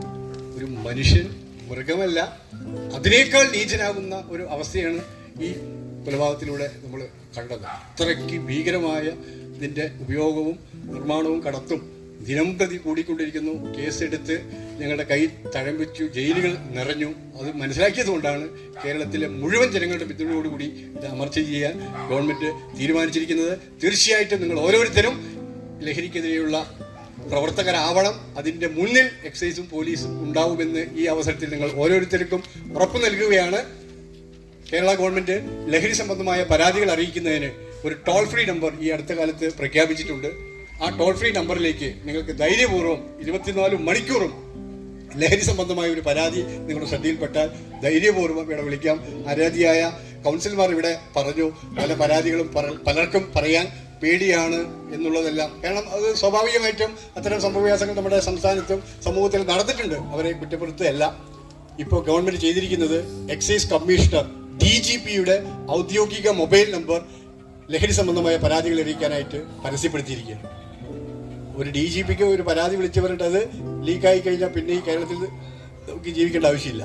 അതുകൊണ്ട് DGPയുടെ ഒഫീഷ്യൽ മൊബൈൽ നമ്പറാണ് ഇപ്പോൾ കേരള ഗവൺമെൻറ് ലഹരി സംബന്ധമായ പരാതികൾ അറിയിക്കാൻ പരസ്യപ്പെടുത്തിയിരിക്കുന്നത്. ആ നമ്പറിൽ ലഹരി സംബന്ധമായ ഒരു പരാതി വിളിച്ചു പറഞ്ഞാൽ 24 മണിക്കൂറിനുള്ളിൽ പരിഹാരമുണ്ടാവും. ആ വീടോ കടയോ ആളെയോ വാഹനത്തെയോ നിർബന്ധമായും 24 മണിക്കൂറിനുള്ളിൽ എക്സൈസോ പോലീസോ റെയ്ഡ് ചെയ്തിരിക്കും എന്നൊരു ഉറപ്പ് ഈ അവസരത്തിൽ നിങ്ങൾക്ക് ഞങ്ങൾ നൽകുകയാണ്. ആ മൊബൈൽ നമ്പർ ഇതാണ്: 9447178000. ഞാൻ നമ്പർ ഒന്നുകൂടെ പറയാം, താല്പര്യമുള്ളവർക്ക് നോട്ട് ചെയ്യാം. 9447178000. ഇത് DGPയുടെ ഒഫീഷ്യൽ നമ്പറാണ്. ഇതിൽ പരാതി പറഞ്ഞാൽ തിരുവനന്തപുരത്ത് DGPയുടെ ഓഫീസിൽ പ്രവർത്തിക്കുന്ന കൺട്രോൾ റൂമിലേക്ക് പരാതി പോവും. അവിടെ 24 മണിക്കൂറും പോലീസുകാരെ പരാതി എഴുതിയെടുക്കാൻ നിയമിച്ചിട്ടുണ്ട്. ആ പരാതി വാട്സപ്പിലൂടെ അതായത് പോലീസ് മേധാവികൾക്കും എക്സൈസ് മേധാവികൾക്കും മിനിറ്റുകൾക്കകം കൈമാറി അത്തരം ആളുകളെ നിയമത്തിന് മുമ്പിൽ കൊണ്ടുവരുന്ന സത്വര നടപടികളാണ് ഈ മേഖലയിൽ ഇപ്പോൾ സർക്കാർ സ്വീകരിച്ചിരിക്കുന്നത്. കൂടാതെ ലഹരി ആസക്തി, ലഹരി ഉപയോഗിക്കണം, മയക്കുമരുന്ന് ഉപയോഗിക്കണം എന്ന് പറയുന്നത് ഒരു രോഗമാണ്. ജലദോഷമോ പനിയോ വന്നു കഴിഞ്ഞാൽ ഡോക്ടറെ കണ്ട് ചികിത്സിക്കുന്നത് പോലെ, മരുന്ന് കഴിക്കുന്നത് പോലെ നിർബന്ധമായും ആർക്കെങ്കിലും, പ്രത്യേകിച്ച് വിദ്യാർത്ഥികൾക്കോ കുട്ടികൾക്കോ ഏതെങ്കിലും തരത്തിലുള്ള ലഹരി വസ്തു ഉപയോഗിക്കണമെന്നൊരു ചിന്ത, തോന്നൽ, ആസക്തി ഉണ്ടെങ്കിൽ ധൈര്യപൂർവ്വം എൻ്റെ പ്രിയപ്പെട്ട രക്ഷിതാക്കളെ ഒരു കാരണവശാലും അത് മറച്ചു വെക്കരുത്. അതിനുള്ള ചികിത്സ, കൗൺസിലിംഗ് നിർബന്ധമായും നൽകിയിരിക്കണം. പല രക്ഷിതാക്കളും പല അധ്യാപകരും അവരുടെ സ്ഥാപനങ്ങളിലും വീടുകളിലും മക്കളെ ഉപയോഗിച്ചാൽ പരസ്യമാക്കിയാൽ പുറത്തു പറഞ്ഞാൽ അവൻ്റെ ഭാവി മോശമാവുമെന്ന് പറഞ്ഞ് ഭയന്ന് പറയാറില്ല. പക്ഷെ പിന്നീട് നമ്മൾ ദുരന്തങ്ങളായിട്ടുള്ള വാർത്തകളായിട്ടാണ് പിന്നീട് നമ്മളത് കാണുകയും കേൾക്കുകയും ചെയ്യുന്നത്. അത്തരം സംഭവങ്ങൾ ഒഴിവാക്കുന്നതിന് നിർബന്ധമായിട്ടും അവർക്ക് വേണ്ട കൗൺസിലിങ്ങും ചികിത്സയും നൽകുന്നതിന് 14 ജില്ലകളിലും ഗവൺമെന്റ് അതിനുള്ള സംവിധാനം ഏർപ്പെടുത്തിയിട്ടുണ്ട്. 144-05 എന്ന നമ്പറിൽ ബന്ധപ്പെട്ടാൽ കേരളത്തിലെ 14 ജില്ലകളിൽ പ്രവർത്തിക്കുന്ന ലഹരിമുക്ത കേന്ദ്രങ്ങളിൽ കൗൺസിലിങ്ങും ചികിത്സയും സൗജന്യമായി ലഭിക്കും. 1 ലക്ഷം രൂപ വരെയുള്ള ചികിത്സ സൗജന്യമായി കൊടുക്കുന്നുണ്ട്. പാലക്കാട് ജില്ലയ്ക്ക് വേണ്ടിയിട്ടുള്ള ലഹരിമുക്ത കേന്ദ്രം പ്രവർത്തിക്കുന്നത് കോട്ടാത്തറ ട്രൈബൽ ആശുപത്രിയിലാണ്. ആദിവാസി മേഖലയായതുകൊണ്ട് ഇതിന്റെ ഉപയോഗം വളരെ കൂടുതലായതുകൊണ്ടും ഗവൺമെന്റ് 6 വർഷം മുമ്പ് സ്ഥാപിച്ചത് കോട്ടത്തറയിലാണ്. തീർച്ചയായിട്ടും അവിടെ പോയി കഴിഞ്ഞാൽ ഇതിന്റെ ചികിത്സയും കൗൺസിലിങ്ങും സൗജന്യമാണ്. അതുകൊണ്ട് ഇങ്ങനെ ആർക്കെങ്കിലും ഇത്തരം ആസക്തി ഉള്ളവരുണ്ടെങ്കിൽ ധൈര്യപൂർവ്വം ഈ നമ്പറിൽ വിളിച്ചു കഴിഞ്ഞാൽ നിങ്ങൾക്ക് അതിനുള്ള സേവനം ലഭിക്കുന്നതാണ്. കഴിഞ്ഞ ദിവസമാണ് ഇതേപോലെ കുന്നംകുളത്ത് നിന്ന് എന്നെ ഈ നമ്പറിലേക്ക് ഒരു അമ്മ വിളിച്ചിട്ട് ഒരു പരാതി പറഞ്ഞത്. മകൻ 22 വയസ്സായി, ഞാനും മകളും മാത്രമാണ് വീട്ടിലുള്ളത്. ഭർത്താവ് മരിച്ചിട്ട് 6 വർഷമായി. ഇപ്പോൾ എൻ്റെയും മകളുടെയും പ്രാർത്ഥന രാത്രി ആവരുത് എന്നാണെന്നാണ് പറഞ്ഞത് ആ അമ്മ ഞങ്ങളോട്. ഈ നമ്പറിൽ വിളിച്ചിട്ട് 144-05 വിളിച്ചിട്ട് പറഞ്ഞത് ഞങ്ങൾക്ക് ഒരേ ഒരു പ്രാർത്ഥനയുള്ളൂ, രാത്രി ആവരുത് എന്ന്. 22 വയസ്സേ ഉള്ളൂ മകൻ പാലക്കാട് ജില്ലയിൽ ഏതൊരു സ്വകാര്യ സ്ഥാപനത്തിൽ ജോലി ചെയ്യാം. രാത്രി വീട്ടിൽ വന്നാൽ അമ്മയും പെങ്ങളെയും തിരിച്ചറിയാൻ പറ്റാത്ത പ്രവർത്തനമാണ് അവൻ ചെയ്യുന്നത്. ആരോടാ ഞാൻ പറയുക എന്ന് പറഞ്ഞുകൊണ്ട് ആ അമ്മ കൊച്ചുകുട്ടിയെ പോലെ വാവിട്ട് നിലവിളിച്ച് കരഞ്ഞു. ആ യുവാവിന് പിന്നീട് ഇതുപോലുള്ള കേന്ദ്രത്തിൽ കൊണ്ടുപോയി സൗജന്യ കൗൺസിലിങ്ങും ചികിത്സയും കൊടുത്ത് നല്ല ജീവിതത്തിലേക്ക് കൊണ്ടുവരാൻ ഞങ്ങൾക്ക് കഴിഞ്ഞിട്ടുണ്ട് എന്ന് വളരെ അഭിമാനപൂർവ്വം ഇവിടെ ഞങ്ങൾ പ്രഖ്യാപിക്കാൻ ആഗ്രഹിക്കുകയാണ്. ഒരു സന്തോഷ വാർത്ത കൂടെ ഈ അവസരത്തിൽ നിങ്ങളെ അറിയിക്കാൻ ഞങ്ങൾക്ക് ആഗ്രഹമുണ്ട്. ഞാൻ നേരത്തെ പറഞ്ഞ 944-717-8000 എന്ന കേരള ഗവൺമെന്റിന്റെ ലഹരി സംബന്ധമായ പരാതികൾ അറിയിക്കാനുള്ള ഈ ടോൾ ഫ്രീ മൊബൈൽ നമ്പറിൽ നിങ്ങളൊരു പരാതി പറഞ്ഞു. അതിന്റെ അടിസ്ഥാനത്തിൽ കേരളത്തിൽ എവിടെയെങ്കിലും എക്സൈസോ പോലീസോ ലഹരി സംബന്ധമായ കേസുകളാണ് കണ്ടുപിടിക്കപ്പെടുന്നതെങ്കിൽ പരാതി പറഞ്ഞ ആളിന് കേരള സർക്കാർ 2 ലക്ഷം രൂപ വരെ പാരിതോഷികം നൽകുന്നുള്ള കാര്യവും ഈ അവസരത്തിൽ നിങ്ങളെ അറിയിക്കുകയാണ്. ആരും ഞെട്ടുന്നില്ല. ഇയാൾ കുറെ നേരമായി പിച്ചും പേയും പറയണോ, അങ്ങനത്തെ ഒരു പിച്ചും പേയാണോ ഇത് എന്നാണ് പല ആളുകളുടെയും മനസ്സിൽ തോന്നുന്നത് എനിക്ക് തോന്നുന്നു. നിങ്ങളെ വിശ്വസിപ്പിക്കാൻ ഞാനൊരു അനുഭവം പറഞ്ഞ് ഞാൻ അവസാനിപ്പിക്കാം. അത് പറയട്ടെ സാർ, ഒരു അനുഭവം നിങ്ങളെ വിശ്വസിപ്പിക്കാൻ വേണ്ടി ഞാനൊരു അനുഭവം പറയുകയാണ്. കേരളത്തിലെ ഏറ്റവും വലിയ മയക്കുമരുന്ന് കേസ് കണ്ടുപിടിച്ച ഉദ്യോഗസ്ഥൻ ഞാനാണ് എന്ന് പറയുന്നതിൽ എനിക്ക് അഭിമാനമുണ്ട്. പക്ഷെ ഫ്രണ്ടിലെ കുറച്ച് ആൾക്കാരെ കൈയടിച്ചുള്ളൂ. ബാക്കിലിരിക്കുന്നവർ വിചാരിച്ചിരിക്കുന്നത് ഇത് ഇയാളിവിടെ പറയേണ്ട യാതൊരു ആവശ്യമില്ല, ഇയാളൊരു സുരേഷ് ഗോപിയെ പോലെ ഭയങ്കര സംഭവമാണെന്ന് പറയാൻ വേണ്ടി ഇത് മനഃപൂർവ്വം ഇവിടെ പറഞ്ഞതാണ് എന്നുള്ള ചിന്താഗതിയിലാണ് അവരെ കൈയടിക്കാതിരുന്നത്. അവരെ ഞാൻ കുറ്റപ്പെടുത്തില്ല. പൊതുവെ നമ്മൾ ഇന്ത്യക്കാർ അല്ലല്ല, നമുക്ക് ഇന്ത്യക്കാർക്ക് ഒരു സ്വഭാവമുണ്ട്. എന്താണെന്നറിയോ, നമ്മൾ പൊതുവെ നെഗറ്റീവാണ് തരുന്നത്. നമ്മുടെ DNA നെഗറ്റീവാണെന്ന് പറയുന്നത്. എന്തുകൊണ്ടാണെന്നറിയോ? നെഗറ്റീവ് സംഖ്യ കണ്ടുപിടിച്ച രാജ്യം ഏതാണെന്നറിയോ? നെഗറ്റീവ് സംഖ്യ കണ്ടുപിടിച്ചത് ഇന്ത്യക്കാരാണെന്ന് പറയുന്നത്.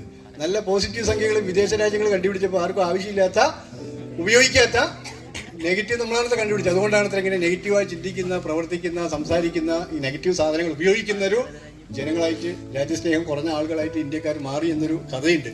ആ നെഗറ്റീവ് സ്വഭാവം കാണിക്കുന്നതിന് നമ്മുടെ ഇന്ത്യ കണ്ട മഹാനായ പ്രസിഡന്റ് APJ അബ്ദുൽ കലാം കുട്ടികളോട് ഒരു കഥ പറഞ്ഞു കൊടുക്കും. കഥ ഇതാണ്: അമേരിക്കയിലൊരു മീൻ കച്ചവടക്കാരൻ ഇന്ത്യയിലൊരു മീൻ കച്ചവടക്കാരനെ മൊബൈലിൽ വിളിച്ചൊരു ഓർഡർ കൊടുക്കും. ജീവനുള്ള കടൽ ഞണ്ടുകൾ പിടിച്ച് അമേരിക്കയിലേക്ക് കയറ്റി വിടാൻ. ജീവനുള്ള കടൽ ഞണ്ടുകൾ എന്ന് പറഞ്ഞാൽ നമ്മുടെ നാട്ടുപുറത്ത് കാണുന്ന ചെറിയ ഞണ്ടുകളല്ല. 1 കിലോ വെയിറ്റുള്ള, 1/2 കിലോ വെയിറ്റുള്ള മാംസമുള്ള ഇന്ത്യൻ കടൽ ഞണ്ടുകൾ ലോകത്ത് എല്ലാവർക്കും ഇഷ്ടമാണ്, പ്രത്യേകിച്ച് അമേരിക്കക്കാർക്ക്. പക്ഷെ അമേരിക്കക്കാർക്ക് ഒരു പ്രത്യേകതയുണ്ട്. അമേരിക്കക്കാർ മീൻ വാങ്ങാൻ മാർക്കറ്റിൽ പോയാലേ മത്തിയോ അയിലിയോ ഞണ്ടോ വാങ്ങാൻ പോയാൽ അത് ജീവനോടെ പിടയ്ക്കണം. നമ്മളെപ്പോലെ ചത്തതും പഴകിയതും നാറിയതും അമേരിക്കക്കാരും വാങ്ങിക്കഴിക്കില്ല. ജീവൻ വേണം മീനിന്, എന്നാലേ അവൻ വാങ്ങുള്ളൂ. അപ്പോൾ അതുകൊണ്ട് അമേരിക്കൻ മീൻ കച്ചവടക്കാരൻ ഇന്ത്യൻ മീൻ കച്ചവടക്കാരനോട് മൊബൈലിൽ പറഞ്ഞു, സുഹൃത്തെ, ഈ ഞണ്ടുകളൊക്കെ ചത്തിട്ടാണ് അമേരിക്കയിൽ എത്തുന്നതെങ്കിൽ അതേ കപ്പലിൽ തിരിച്ച് ഇന്ത്യയിലേക്ക് തിരിച്ചു വിടും എന്ന് പറഞ്ഞപ്പോൾ ഇന്ത്യൻ മീൻ കച്ചവടക്കാരൻ തൊഴിലാളികളെ വിട്ട് കടലിൽ ഈ ജീവനോടെ വലിയ ഞണ്ടുകളൊക്കെ പിടിച്ച് വലിയ ഡ്രമ്മിൽ വെള്ളം നിറച്ച് കപ്പലിൽ വെച്ച് ഈ കപ്പൽ അമേരിക്കയിലേക്ക് യാത്രയാവുകയാണ്. ഡ്രമ്മിൻ്റെ അടപ്പൊന്നും അടയ്ക്കാതെയാണ് ഈ കപ്പൽ അമേരിക്കയിലേക്ക് യാത്ര ചെയ്തത്. കാരണം അവിടെ എത്തുമ്പോഴേക്കും ഓക്സിജൻ കിട്ടാതൊക്കെ ചത്തുപോയാലോ എന്ന് പറഞ്ഞ് ഡ്രമ്മിൻ്റെ അടപ്പൊന്നും അടച്ചില്ല. ഓപ്പൺ ആക്കിക്കൊണ്ട് ഈ കപ്പൽ ഇതാ 22 ദിവസം കടലിലൂടെ യാത്ര ചെയ്ത് അമേരിക്കൻ തുറമുഖത്ത് എത്തുകയാണ്. അമേരിക്കൻ മീൻ കച്ചവടക്കാരൻ കപ്പലിൽ വന്ന് ഡ്രമ്മിന്റെ അടുത്ത് വന്ന് നോക്കി അത്ഭുതത്തോടെ പറയാണ്, what a astonishing fact it is, I can't believe. എനിക്ക് വിശ്വസിക്കാൻ പറ്റുന്നില്ല, ഒരൊറ്റ ഞണ്ട് ചത്തിട്ടില്ല, രക്ഷപ്പെട്ടിട്ടില്ല. 22 ദിവസം കടലിലൂടെ യാത്ര ചെയ്ത് അമേരിക്ക എത്തിയിട്ട് ഇങ്ങനെ ഒരു മഹാത്ഭുതം സംഭവിച്ചു. ഇതെങ്ങനെ സംഭവിച്ചു എന്ന് ഇന്ത്യൻ മീൻ കച്ചവടക്കാരോട് ചോദിക്കുന്നുണ്ട്. അപ്പൊ ഇന്ത്യൻ മീൻ കച്ചവടക്കാരൻ ഒരു മറുപടി പറയുന്നുണ്ട്, സാർ ഇത് ഇന്ത്യൻ കടൽ ഞണ്ടുകളാണ്. ഡ്രമ്മിന്റെ അടിയിൽ നിന്നൊരു ഞണ്ട് രക്ഷപ്പെടാൻ മേലെ എത്തിയാൽ തൊട്ട് താഴെയുള്ള ഞണ്ട് അതിനെ വലിച്ച് താഴെയിടും. ഒരാളെയും നന്നാവാനും രക്ഷപ്പെടാനും വിടില്ല എന്നുള്ള ഇന്ത്യക്കാരുടെ സ്വഭാവം ഇന്ത്യയിലെ ഞണ്ടുകൾക്ക് വരെയുണ്ട്. അതെനിക്ക് ഉറപ്പായിരുന്നു. ഒരു ഞണ്ടും ചാവൂല, രക്ഷപ്പെടില്ല. അതുകൊണ്ട് ഞാൻ ഓപ്പണായിട്ട് വന്നു എന്ന് പറയുന്നുണ്ട്. അപ്പൊ അതുപോലെ നമ്മൾ പൊതുവെ നെഗറ്റീവ് DNA ഉള്ള ആളുകളായതുകൊണ്ട് കുറ്റം പറയാനോ വിമർശിക്കാനോ ഇന്ത്യക്കാരുടെ അവസരം കിട്ടിയ ഒറ്റ ശാസ്ത്രത്തിൽ 10 കുറ്റം പറയുമെന്നാണ് പറയുന്നത്. അക്ഷയപരൂപേണ പറഞ്ഞതാണ്. അപ്പോൾ ഈ കേസ് ഞാൻ ഭയങ്കര സംഭവമാണെന്ന് പറയാൻ വേണ്ടി പറഞ്ഞതല്ല. നിങ്ങൾക്ക് നേരത്തെ ഞാൻ പറഞ്ഞു തന്ന നമ്പറിൽ 2021 ഏപ്രിൽ മാസം 22-ാം തീയതി 2 മണിക്ക് ഒരാൾ ഒരു പരാതി വിളിച്ചു പറഞ്ഞു. ഈ കേസ് കണ്ടുപിടിച്ചതിൽ എൻ്റെ റോൾ വട്ടപൂജ്യമാണ്. നമ്മൾ അമർചിത്ര കഥയിൽ ശിക്കാരി ശംഭുവിന്റെ കഥയൊക്കെ വായിച്ചിട്ടുണ്ടാകും. അബദ്ധത്തിൽ ചക്ക വീണപ്പോൾ മൊയിൽ ചെത്തു. ആ റോളേ എനിക്കുള്ളൂ. ഈ നമ്പറിൽ 2021 ഏപ്രിൽ മാസം 22-ാം തീയതി ഉച്ചയ്ക്ക് 2 മണിക്ക് പാലക്കാട് ജില്ലയിലെ ഒരാൾ, പേരും മേലുല്ലാസവും വെളിപ്പെടുത്താൻ ആഗ്രഹിക്കുന്ന ഒരാൾ ഒരു പരാതി വിളിച്ചു പറഞ്ഞു. പരാതി ഇതാണ്: KA01D 7142 കർണാടക രജിസ്ട്രേഷനുള്ള ഒരു അശോക് ലേലൻ ലോറി എറണാകുളത്ത് നിന്ന് തേയില കയറ്റി വിശാഖപട്ടണം പോയിട്ടുണ്ട്. വിശാഖപട്ടണത്തിൽ നിന്ന് തിരിച്ച് ലോറി എറണാകുളത്തേക്ക് വരുന്നുണ്ട്. പ്ലാറ്റ്ഫോം കാലിയാണ്. മയക്കുമരുന്ന് ഒളിപ്പിച്ചാണ് വരുന്നത്. വൈകിട്ട് 8 മണിയോടുകൂടി വാളയാർ ഹൈവേ പാസ് ചെയ്യും. ഇതാണ് പരാതി. ഞാൻ നേരത്തെ പറഞ്ഞു, തിരുവനന്തപുരം DGPയുടെ കൺട്രോൾ റൂമിലാണ് പരാതി പോയത്. അവിടെ പോലീസുകാരെ എഴുതിയെടുത്തു, DGPക്ക് കാണിച്ചു കൊടുത്തു. DGP നോക്കിയപ്പോൾ വാളയാർ എന്ന് പറയുന്നത് പാലക്കാട് ജില്ലയിൽ. ഉടനെ വാട്സപ്പിലൂടെ പാലക്കാട് എക്സൈസ് ജില്ലാ മേധാവിക്ക് പരാതി കൈമാറി. 2 മണിക്ക് വിളിച്ചു പറഞ്ഞ പരാതി 2:20 ആവുമ്പോഴേക്കും പാലക്കാട് എക്സൈസ് ജില്ലാ മേധാവിയുടെ വാട്സപ്പിൽ പരാതി എത്തി. അദ്ദേഹം നോക്കിയപ്പോൾ വാളയാർ എന്ന് പറയുന്നത് പാലക്കാട് താലൂക്കിൽപ്പെട്ട സ്ഥലമാണ്. നല്ല കാലത്തിനോ കഷ്ടകാലത്തിനോ ആ സമയത്ത് പാലക്കാട് താലൂക്കിന്റെ ചുമതല അന്നത്തെ പാലക്കാട് സർക്കിൾ ഇൻസ്പെക്ടറായിരുന്ന PK സതീഷ് എന്ന എനിക്കായിരുന്നു. ആ കാലഘട്ടത്തിലാണ് ആരാധ്യയായ നഗരസഭാ അധ്യക്ഷയുമായിട്ട് ഞങ്ങൾ ഒരുപാട് ലഹരിക്കെതിരെയുള്ള പ്രവർത്തനങ്ങൾ, റാലികളും സംവാദങ്ങളും ക്വിസ് മത്സരവും ഒക്കെ നടത്തിയത് എന്ന് ഈ അവസരത്തിൽ ഞാൻ സ്മരിക്കുകയാണ്. പരാതി എൻ്റെ മൊബൈലിലെത്തി. ഞാൻ നോക്കിയപ്പോൾ 8 മണിക്കാണ് വണ്ടി വരിക എന്ന് പറഞ്ഞു. ഇതേപോലെ 6 മണിക്ക് ഞാൻ എൻ്റെ വാഹനം എടുത്ത്, ഇതേപോലെ മഫ്തിയിലായിരുന്നില്ല, ഞാൻ യൂണിഫോം ഇട്ട് എൻ്റെ ടീമുമായിട്ട് വാളയാർ ബോർഡറിലെത്തുകയാണ്. ആ പാലത്തിൻ്റെ തൊട്ടിപ്പുറത്ത് ഞാൻ അവിടെ എത്തുന്ന സമയത്ത് 2ാം കോവിഡ് തരംഗം കേരളത്തിൽ ആഞ്ഞടിക്കുന്ന സമയം.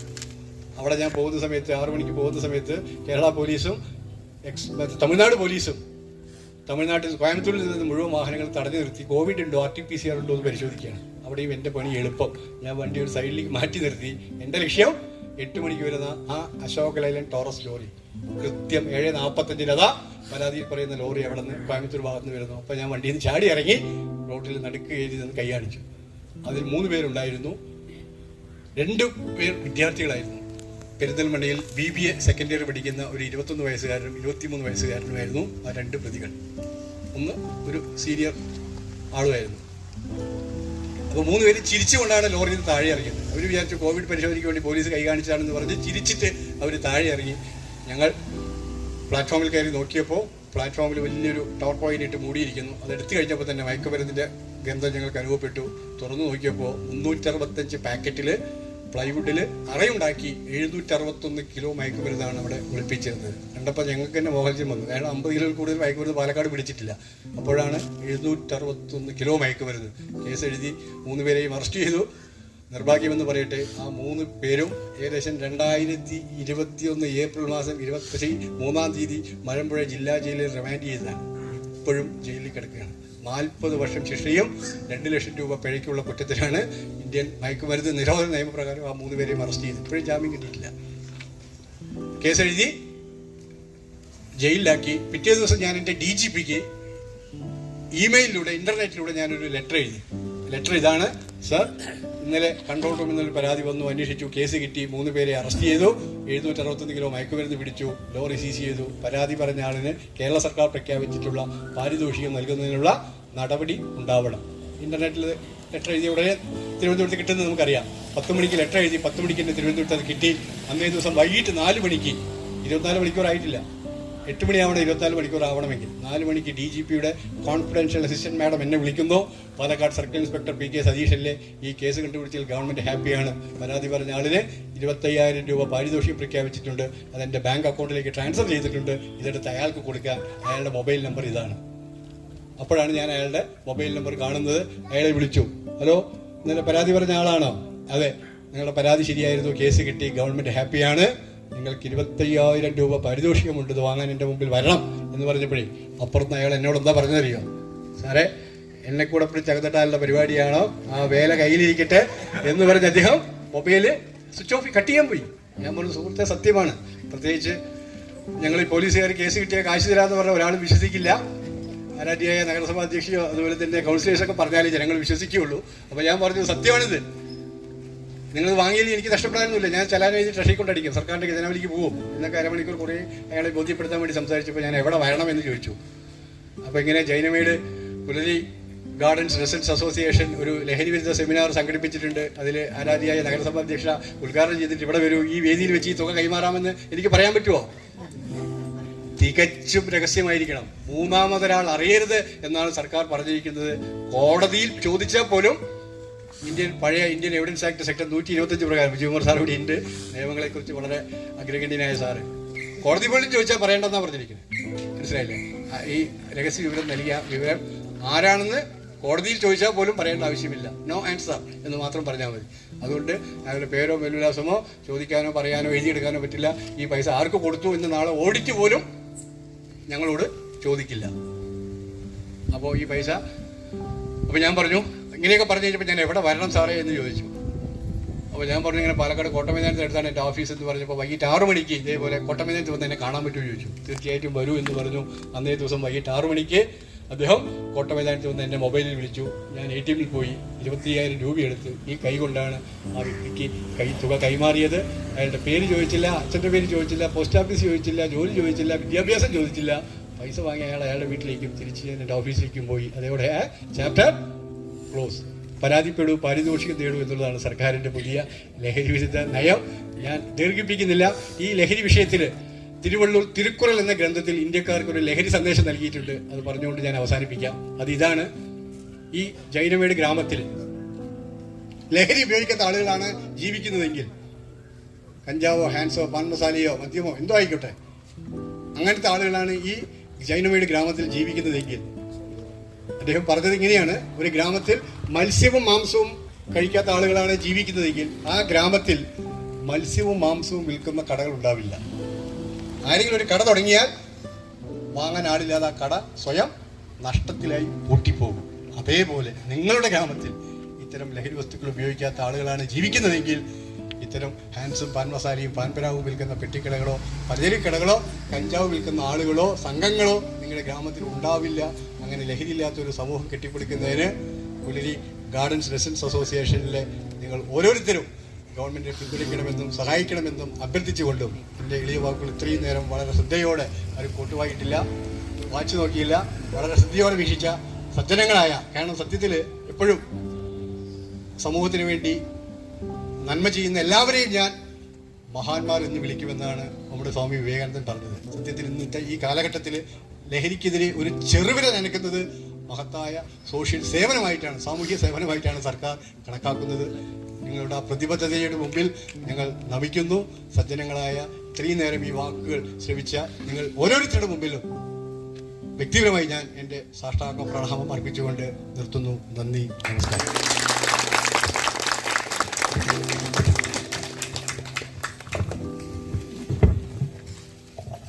നമ്മുടെ ഇന്നത്തെ കാര്യപരിപാടി സമ്പൂർണമായി എന്ന് തന്നെ ഞാനിവിടെ അവകാശപ്പെടുന്നു.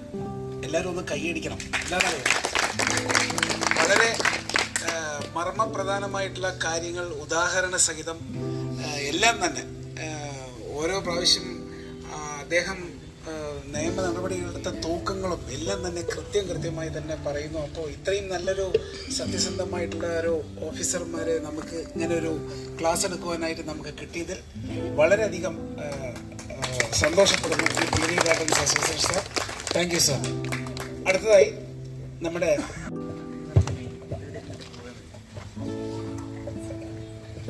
നമസ്കാരം. സേ നോ ടു ഡ്രഗ്സ് എന്ന് തുടങ്ങിയ ഈ പരിപാടി ഇന്നിപ്പോൾ ഇത്രയും പേര് വന്ന് വൻ വിജയമായിരിക്കുകയാണ്.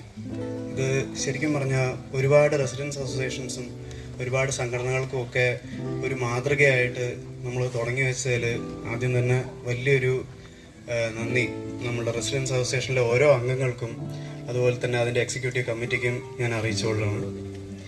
പിന്നെ നമ്മുടെ പ്രത്യേക ക്ഷണം സ്വീകരിച്ച് വന്ന നമ്മുടെ നഗരസഭാ ചെയർപേഴ്സൺ പ്രമിള മാഡത്തിനും പിന്നെ മുനിസിപ്പാലിറ്റിയുടെ തന്നെ ഭാഗമായ 2 നമ്മുടെ വാർഡ് കൗൺസിലർമാർക്കും ഇവിടെ സംബന്ധിച്ച സതീഷ് സാർ മനോഹരമായ ക്ലാസ് എടുത്തു. സാർ വളരെ നന്ദിയുണ്ട്. പിന്നെ നമ്മുടെ നോർത്ത് സ്റ്റേഷനിൽ നിന്ന് വന്ന SI സാർമാർക്കും എല്ലാം നന്ദി രേഖപ്പെടുത്തിക്കൊണ്ട് ഞാൻ നിർത്തുന്നു. നന്ദി.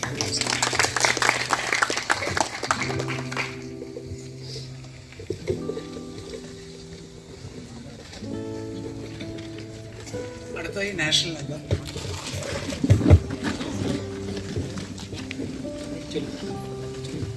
जनगण मन अधिनायक जय हे भारत भाग्य विधाता पंजाब सिंध गुजरात मराठा द्राविड उत्कल बंगा विंध्य हिमाचल यमुना गंगा उच्चल जलति तरंगा तब शुभ नामे जाहे तब शुभ आशीष माहे गाहे तव जय गाथा जनगण मंगलदायक जय हे भारत भाग्य विधाता जय हे जय हे जय हे जय जय जय जय हे.